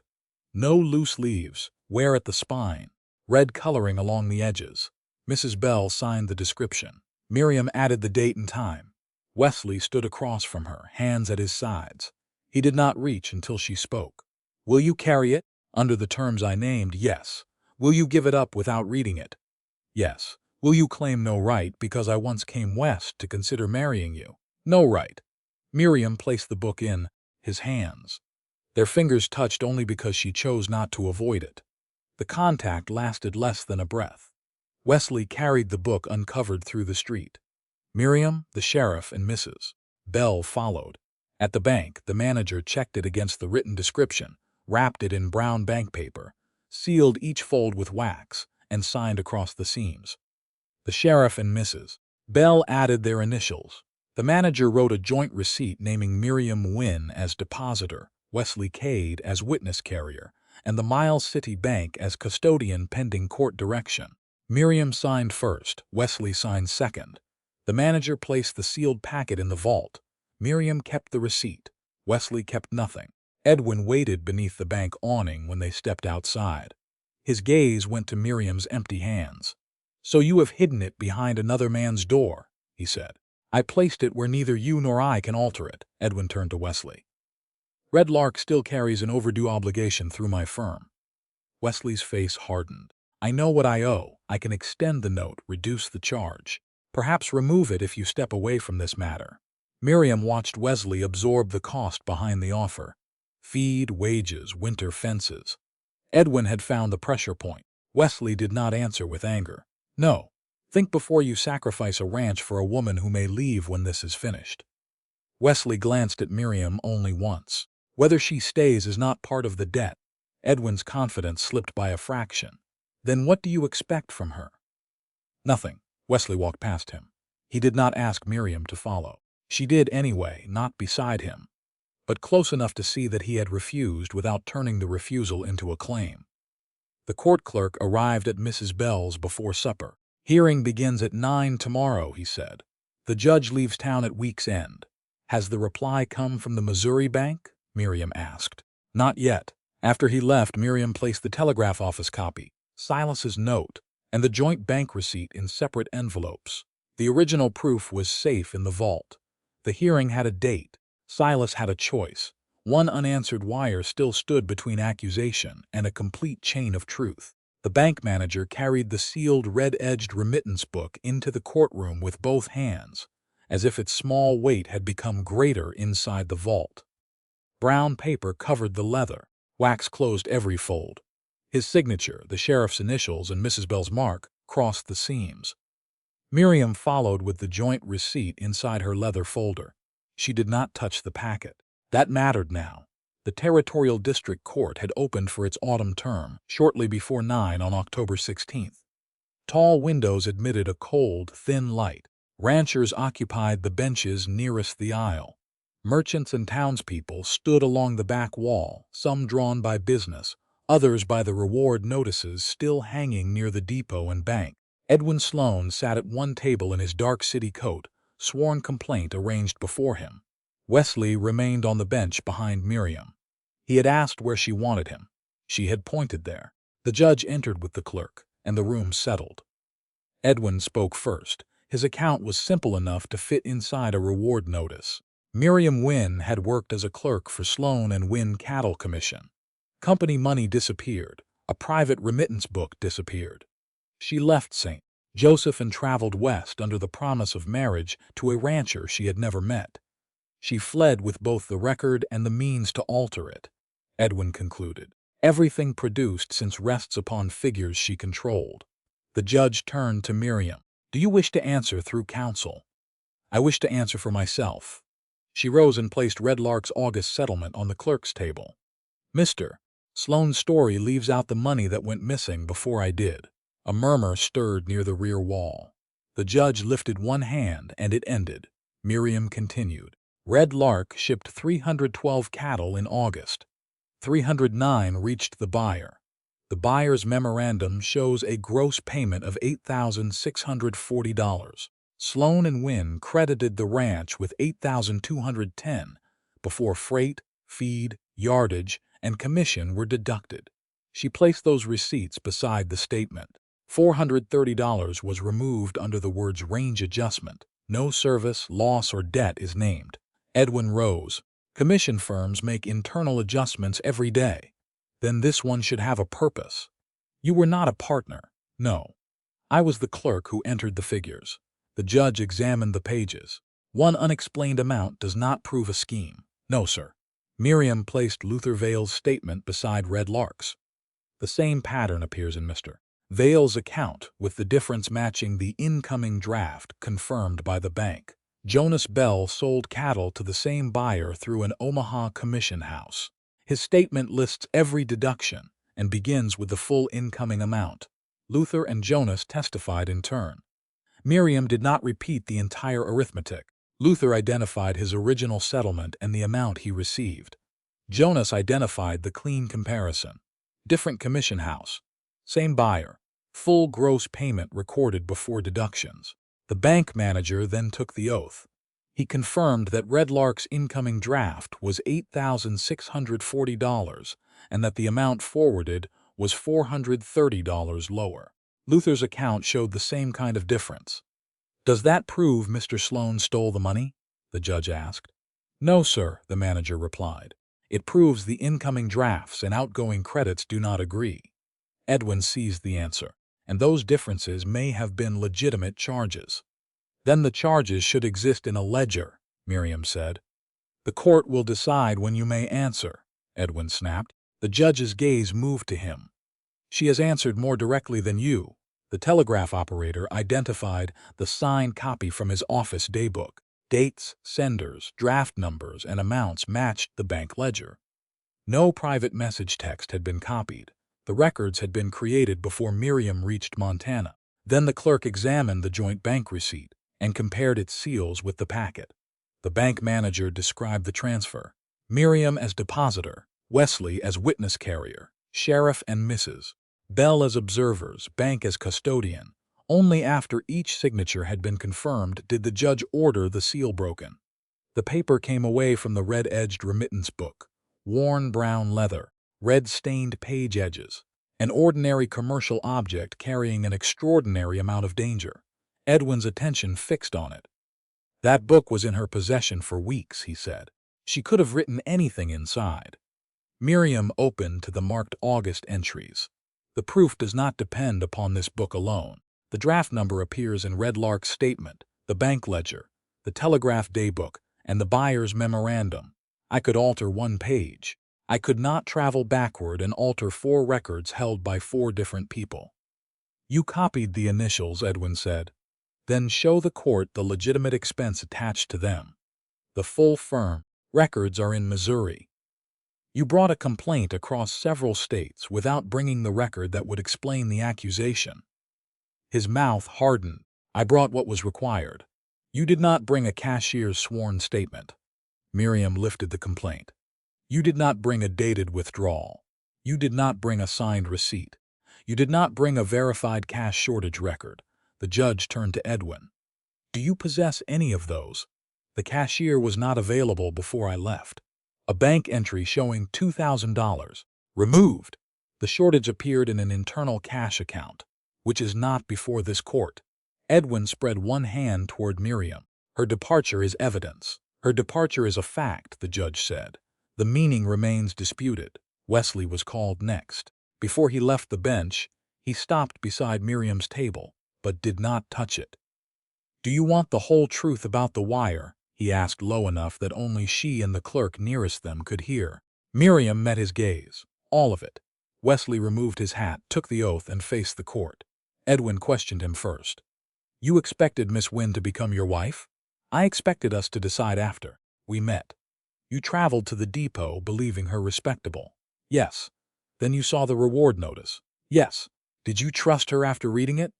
Wesley did not look toward Miriam for permission to improve the answer. Not fully. The room tightened around the admission. Edwin allowed it to settle. You doubted her enough to send a telegram to St. Joseph. Yes, without telling her. Yes, that telegram revealed her location. Yes, before you had seen one ranch account. Wesley's jaw set. Yes, so even the man prepared to marry her believed the accusation might be true. I believed I did not know the truth. Edwin turned toward the judge as if the matter had closed. There is the whole case. No, Wesley said. His voice remained low, but it carried. The whole case includes what Miss Wynn did after she learned about the wire. Edwin faced him again. Wesley continued. She ended our arrangement. She remained in Miles City under her own name. She asked for this hearing. She did not ask me to hide the book, lie to the sheriff, threaten a witness, or marry her before the court acted. Yet you stand for her. I stand for my cattle statements and the truth of what I did. You want money returned? Yes. Then you have a financial interest. So do you. The judge leaned forward. Mr. Cade, did Miss Wynn instruct you what to say here? She told me to tell all of it. Did she ask you to deny sending the telegram? No. Did she offer marriage in exchange for your support? Wesley's face hardened. No. Edwin took a step toward the witness table. And if she is cleared, do you still intend to marry her? Wesley did not glance back. That decision belongs to her as much as me. A convenient answer. A true one. When Wesley stepped down, he returned to the bench behind Miriam and kept the distance she had chosen. His admission had exposed the worst decision he had made since meeting her. He had not asked her to protect him from it. Edwin rose again. A frightened rancher, a woman carrying stolen records, and several men hoping to recover money have created a theory. The only document connecting those differences to my hand is a book Miss Wynn admits taking. Miriam stood. The book connects the internal corrections. The outside records prove the original amounts. The cash accusation remains unsupported by any withdrawal, receipt, cashier's statement, or verified shortage. You expect a territorial court to believe a clerk over a firm. I expected to compare records. The judge closed the remittance book. The independent confirmation from the sending bank in Missouri would be useful. He turned to the clerk. Has it arrived? No, sir. The absence entered the room like a cold draft. They had the local bank ledger, the telegraph daybook, the settlements, the buyer memorandum, and the original book. Yet the final outside link remained somewhere along a wire. Edwin knew it. His composure returned by a fraction. The court cannot delay indefinitely, while Miss Wynn searches for another number to support her invention. The court will not delay indefinitely, the judge said. I will hear any new confirmation tomorrow morning and rule before this term concludes. He ordered the book held under clerk and bank seal overnight. Neither Miriam nor Edwin would possess it. The hearing recessed. People moved into the corridor in low clusters. Luther stood near the stairs with Jonas. Wesley remained several feet from Miriam, honoring the space even now. Silas Crowell had not appeared. Miriam pressed the joint receipt flat inside her folder. The bank's records were strong. The missing witness and missing Missouri reply still left openings Edwin could use. A livery boy came running up the stairs, hat clutched in one hand. Mr. Cade. Wesley took the folded note. He read it, then handed it to Miriam without comment. The pencil writing was Silas's. I heard what you said. I am coming if I can reach town before morning. Miriam folded the note and placed it beside his earlier refusal. Fear had not disappeared. It had begun to share the road with choice. At the far end of the corridor, the outer door struck the wall. The telegraph operator appeared, breathing hard, a sealed envelope raised above his head. Message for the court, he called. From the Missouri Bank. The telegraph operator carried the sealed message to the clerk's table without lowering it. The judge had not yet left the courtroom. He extended one hand. Sender? First Commercial Bank of St. Joseph, sir. Reply to the inquiry lodged through the Miles City Bank. The clerk examined the seal, marked the arrival time, and opened the envelope in full view of the room. Edwin Sloan stood beside his table, with one hand resting on the leather case. Only the pressure of his fingers changed. Miriam remained near the evidence table. Wesley stayed several feet behind her. No one moved closer. The clerk read 3 draft numbers, 3 dates, and 3 original amounts. Red Lark's August draft had been issued for $8,640. Luther Vale's draft matched the larger sum already recorded in the Telegraph Daybook. A third draft tied to another disputed settlement showed the same pattern. Each amount agreed with the buyer records, the Miles City Bank ledger, and the entries in the red-edged remittance book. None agreed with the reduced settlements sent to the ranchers. The courtroom tightened around the facts.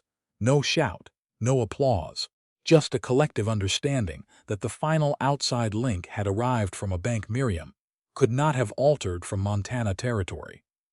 The judge looked at Edwin. Do you dispute the sending bank's figures? I dispute the conclusion being drawn from them. Commission adjustments were made after receipt. Then identify the corresponding expense. Edwin opened the leather case and removed 2 folded sheets. The full ledgers remain in Missouri.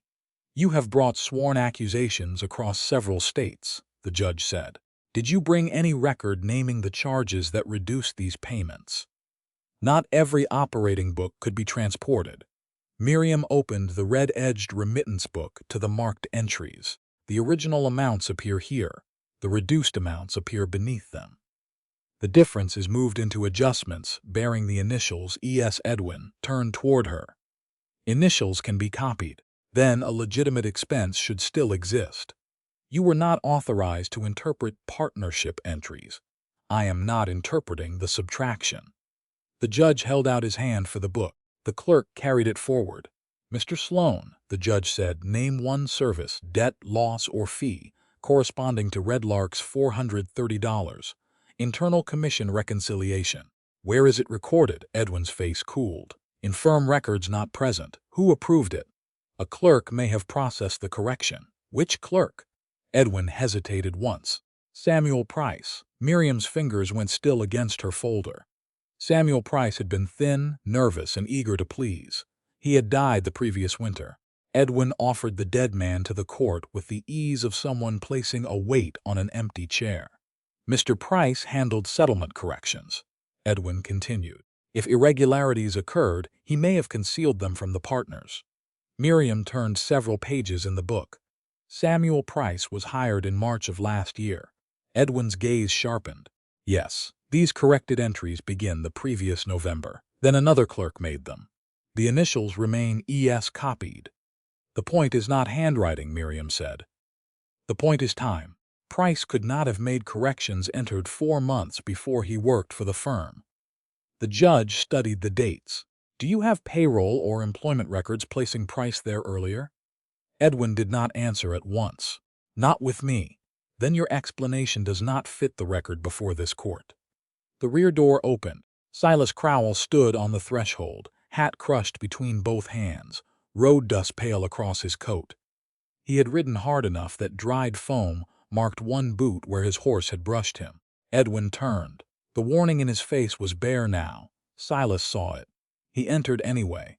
The sheriff brought him forward and administered the oath. Silas identified his settlements and the note he had left at Mrs. Bell's boarding house. Why did you leave town? The judge asked. Silas swallowed. Mr. Sloan spoke with my lender.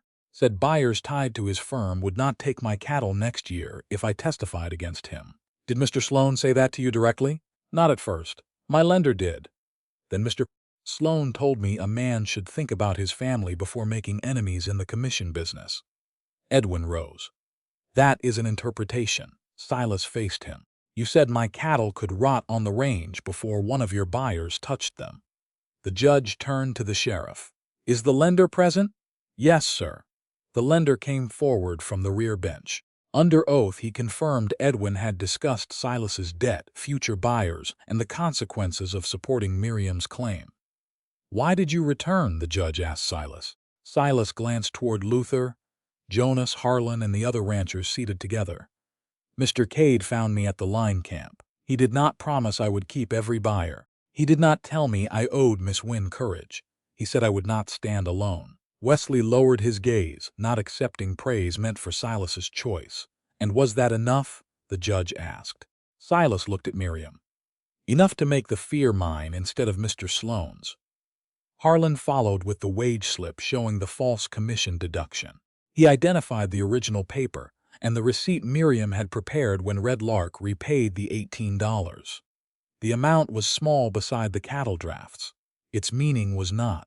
The same method had reached a ranch hand's wages. Edwin's operation did not depend on one dramatic theft. It depended on taking sums people were too scattered or intimidated to compare. Edwin stood for final argument. Miss Wynn admits taking private company property. She transported it across the country and now uses it to accuse the firm that employed her. Differences in settlement accounting do not erase theft. Miriam rose. I removed a book to preserve evidence. I did not hide it from the court. I placed it under witnessed bank custody. The records created before I left St. Joseph match one another. Mr. Sloane's accusation of cash theft still has no cashier's statement, no withdrawal, no receipt, and no verified shortage. Your father would be ashamed of this spectacle, Edwin said. The judge's expression hardened, but Miriam answered first. My father's name remained on your door while ranchers' money disappeared. I will not protect his memory by protecting your use of it. Edwin's control broke at the edges. Nathan approved the firm's practices. Then produce his signed authority. He had none before the court. The judge closed the red-edged remittance book and rested one hand upon it. This court does not determine the full scope of an interstate fraud claim today. It does determine whether Miss Wynn may be removed from Montana territory on the complaint presented.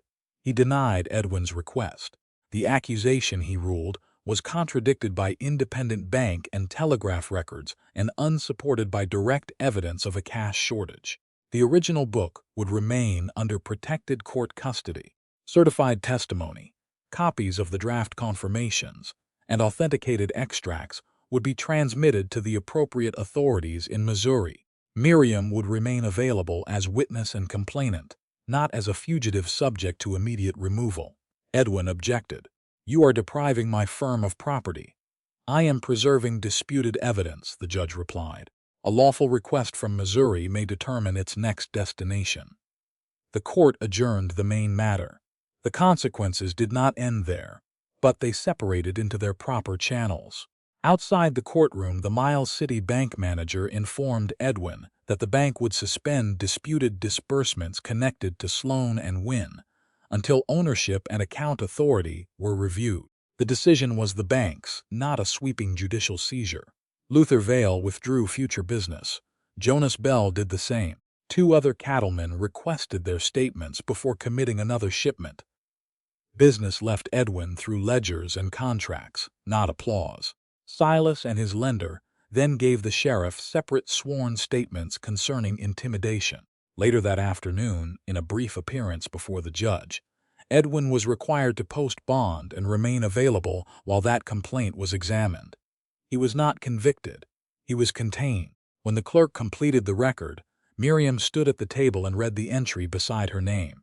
Miriam Wynn, witness and complainant. Not missing clerk, not fugitive. Her own name restored by ink Edwin did not control. Outside the courthouse, October wind drove dust along the boardwalk. People dispersed toward wagons, offices, and supper. Wesley waited near the steps. He made no move to touch her. The fare east is still yours, he said. Or west. Anywhere the railroad goes. You would pay it after losing money to Sloane? The promise does not depend on recovery. Miriam held the certified court notation inside her folder. I should have asked before I sent that wire, Wesley said. No excuse followed. I should have told you when I did it. I made fear into authority. Yes, Miriam replied. You did. I cannot undo the address I gave him. No, I can stop deciding for you now. She studied the man who had exposed her refuge, admitted it under oath, obeyed her instructions with Silas, and carried the book without opening it. None of those acts erased the telegram. Together they gave the future evidence. I will remain in Miles City until the statements are finished, she said.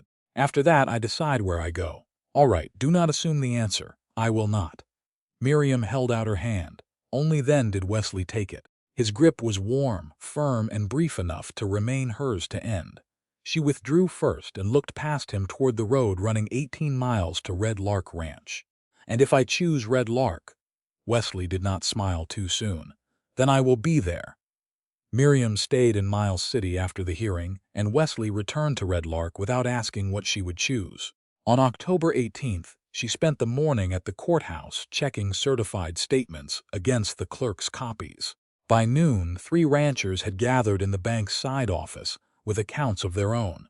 One settlement was clean. One contained a freight charge that could not yet be verified. The third carried the same unnamed adjustment Sloan and Wynn had used. Miriam refused to call every doubtful figure theft. "Bring the complete records," she said, "not the pages that support the answer you want." Jonas Bell exchanged a glance with Luther Vale. "We need someone to keep doing this." "Until the Missouri matter is settled," Miriam asked. "Longer if the ranchers form a settlement group." Jonas named a monthly wage. Miriam raised it by $5 and required access to original statements, bank notices, freight bills, and buyer correspondence. No selected evidence, no conclusions promised in advance.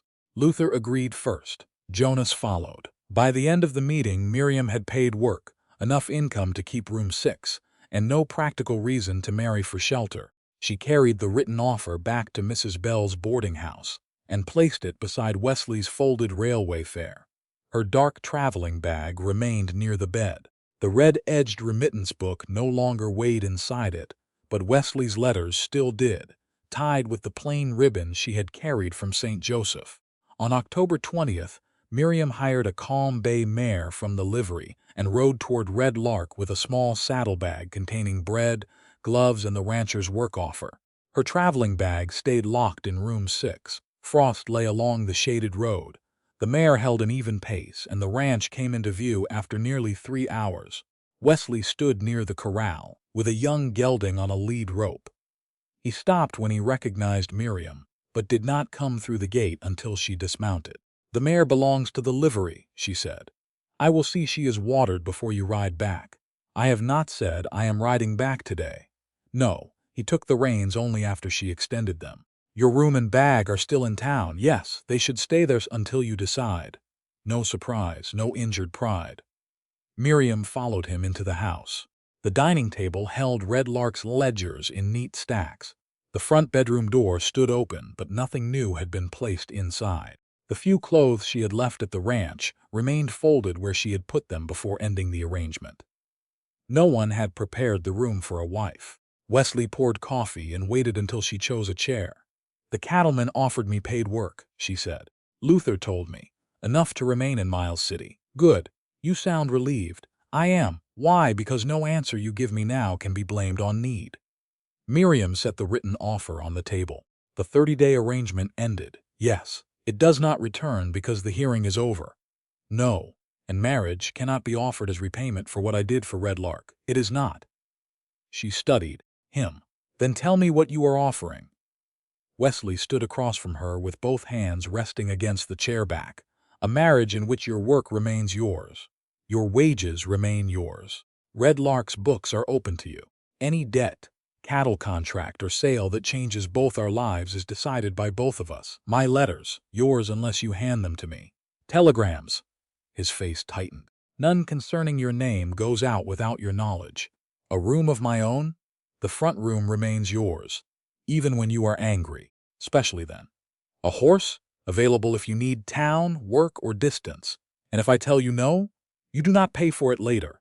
Miriam let the answer stand before pressing further. "I will not be a guest in this house." "Then don't. I will not become an ornament because you were tired of eating alone. I do not want one, and I will not spend my life being introduced as the woman you saved from a reward notice." Wesley took one step closer, then stopped beyond reach. "Then don't. Stand beside me and disagree when I need it." The words carried no polish. They carried room. Miriam touched the edge of the work offer. "Does your marriage offer still stand?" "Yes." "Even if I continue working for the ranchers?" "Yes." "Even if the ranch accounts become ours rather than yours?" "Yes." even after I know what fear can make you do? He did not hide from it, especially then. You should know what you are choosing. And if I say no, I feed the mare. I make sure the road is safe. I do not ask again unless you give me reason.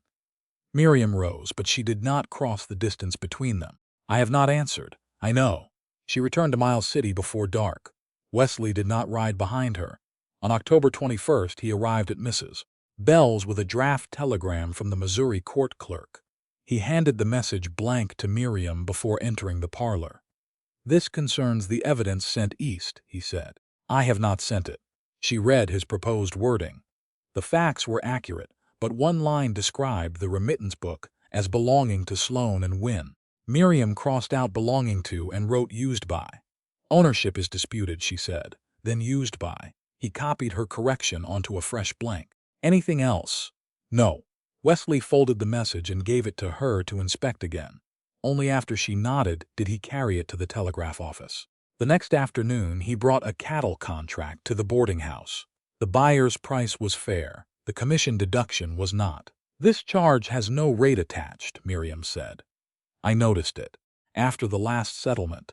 Were you going to sign? Not before you read it. Because you need a bookkeeper.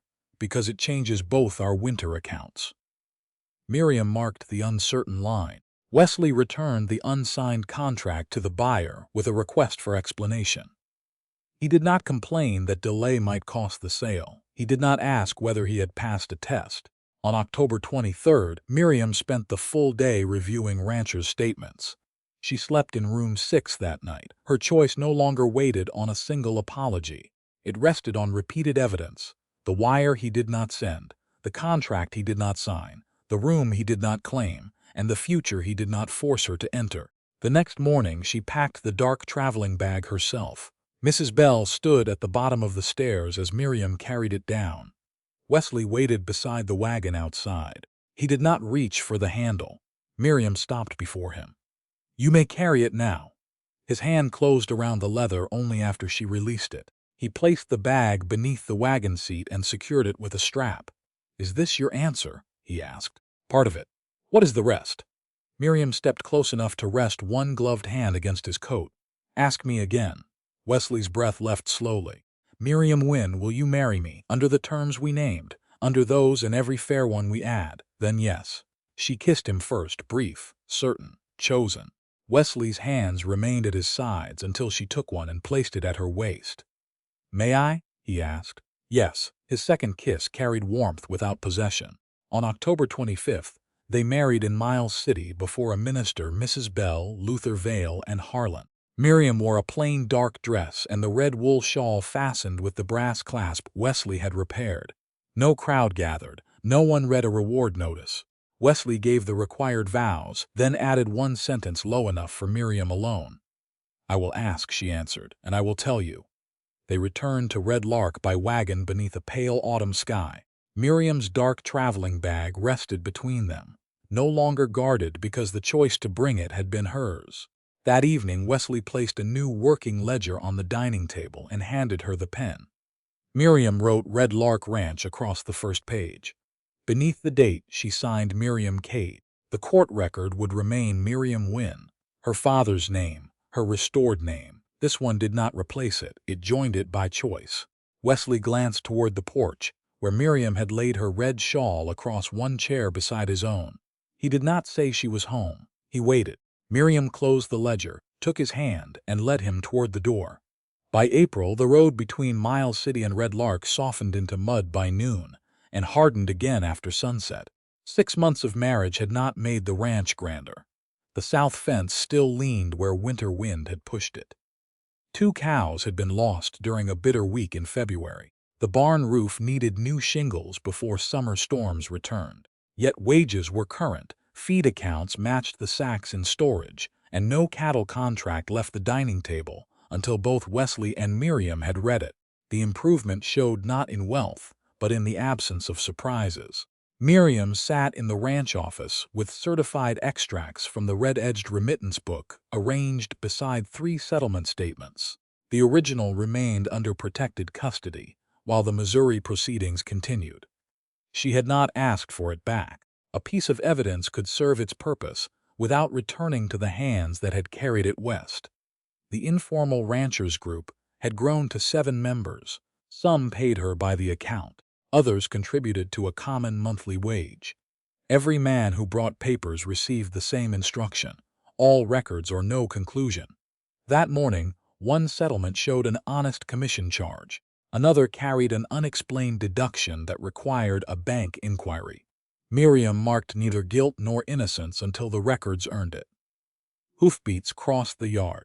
Wesley dismounted near the pump and entered the house with mud on his boots and a sealed telegram tucked beneath his coat. He stopped at the office doorway and knocked against the frame. Miriam glanced up. "You live here.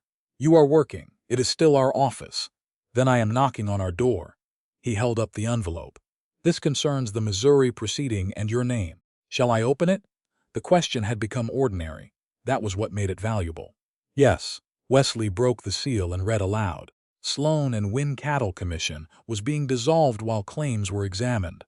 Several Western ranchers had filed demands for restitution. Edwin Sloan remained subject to proceedings in Missouri, including questions concerning altered settlements and witness intimidation. No final judgment had been entered. The firm's remaining accounts were under review. Miriam listened without triumph. Edwin's loss of control could not return Nathan Wynn or erase the years in which his name had covered another man's conduct. Still, the Wynn name would no longer stand over a door used to mislead ranchers. "There is a request," Wesley said. "The Missouri clerk wants a written explanation of how the adjustment pattern appears across the records." "Under which name?" "Miriam Wynn, witness and complainant." She held out her hand for the telegram. "Then I will answer under that name." Wesley gave her the page. "Do you want me to carry the reply to town tomorrow? If the road holds, may I tell the operator what it concerns?" Miriam considered the exact boundary. "You may say it concerns the Missouri proceeding and certified cattle settlements. Nothing about the location of any original evidence." "All right." He placed the telegram beside her pencil and started toward the back door. "Wesley," he turned. "Thank you for asking. I said I would. No pride, no request for praise. Only the plain fact of a promise practiced often enough to become habit." Near midday, Harlan entered carrying the payroll sheet and a feed store invoice. "Mrs. Cade, these 20 sacks were charged twice." Miriam compared the dates. The second charge bore the notation replacement shipment. "Did the first wagon arrive?" "Yes." "Did a second?" "Not that I saw."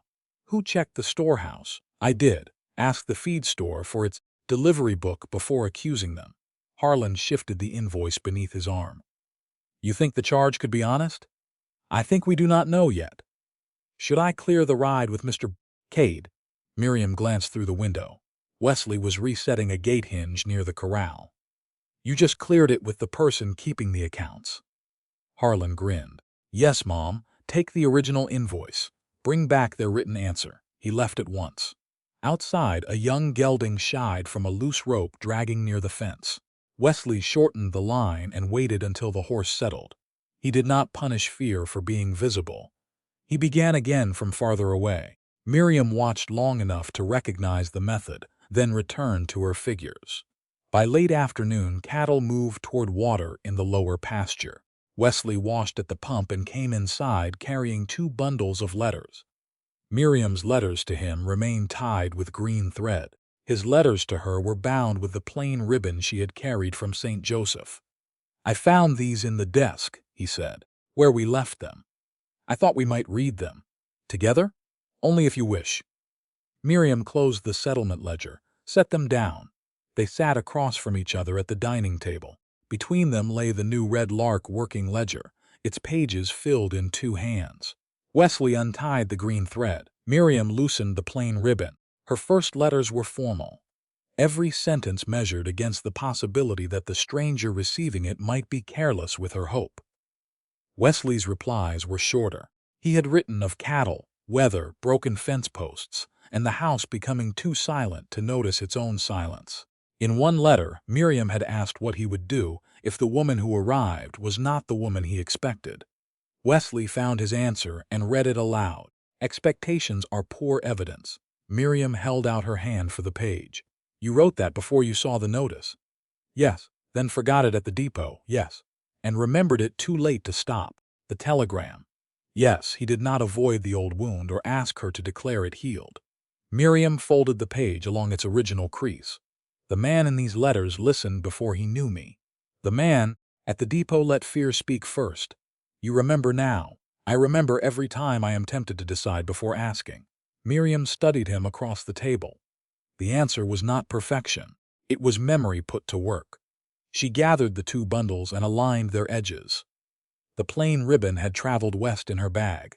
The green thread had rested against Wesley's heart at the depot. She tied both bundles together with the green thread, then placed the plain ribbon between the pages of the joint ledger, beside their first shared cattle contract. Nothing was discarded. Nothing was made to disappear in order for the future to be honest. Evening settled cool over the range. They carried 2 chairs onto the porch and turned them toward the lower pasture. Red Lark had recovered part of the money withheld from its August shipment, but not every claim had been settled. The ranch remained modest. The fences still required hands. The cattle still required weather, judgment, and luck. What had changed was the manner in which decisions were made. Wesley sat only after Miriam chose her chair. She removed the red wool shawl and draped it across both chair backs. The brass clasp he had repaired caught the final light. Once the shawl had closed around a woman, stepping from a train beneath an accusation. Now it rested between 2 people who had learned that safety was not possession, and home was not a place one person granted another. Through the open window, the joined letters lay beside the Red Lark ledger. Miriam placed her hand on the porch rail. Wesley set his beside it, close enough to offer, not close enough to claim. She turned her palm upward. Only then did he take it.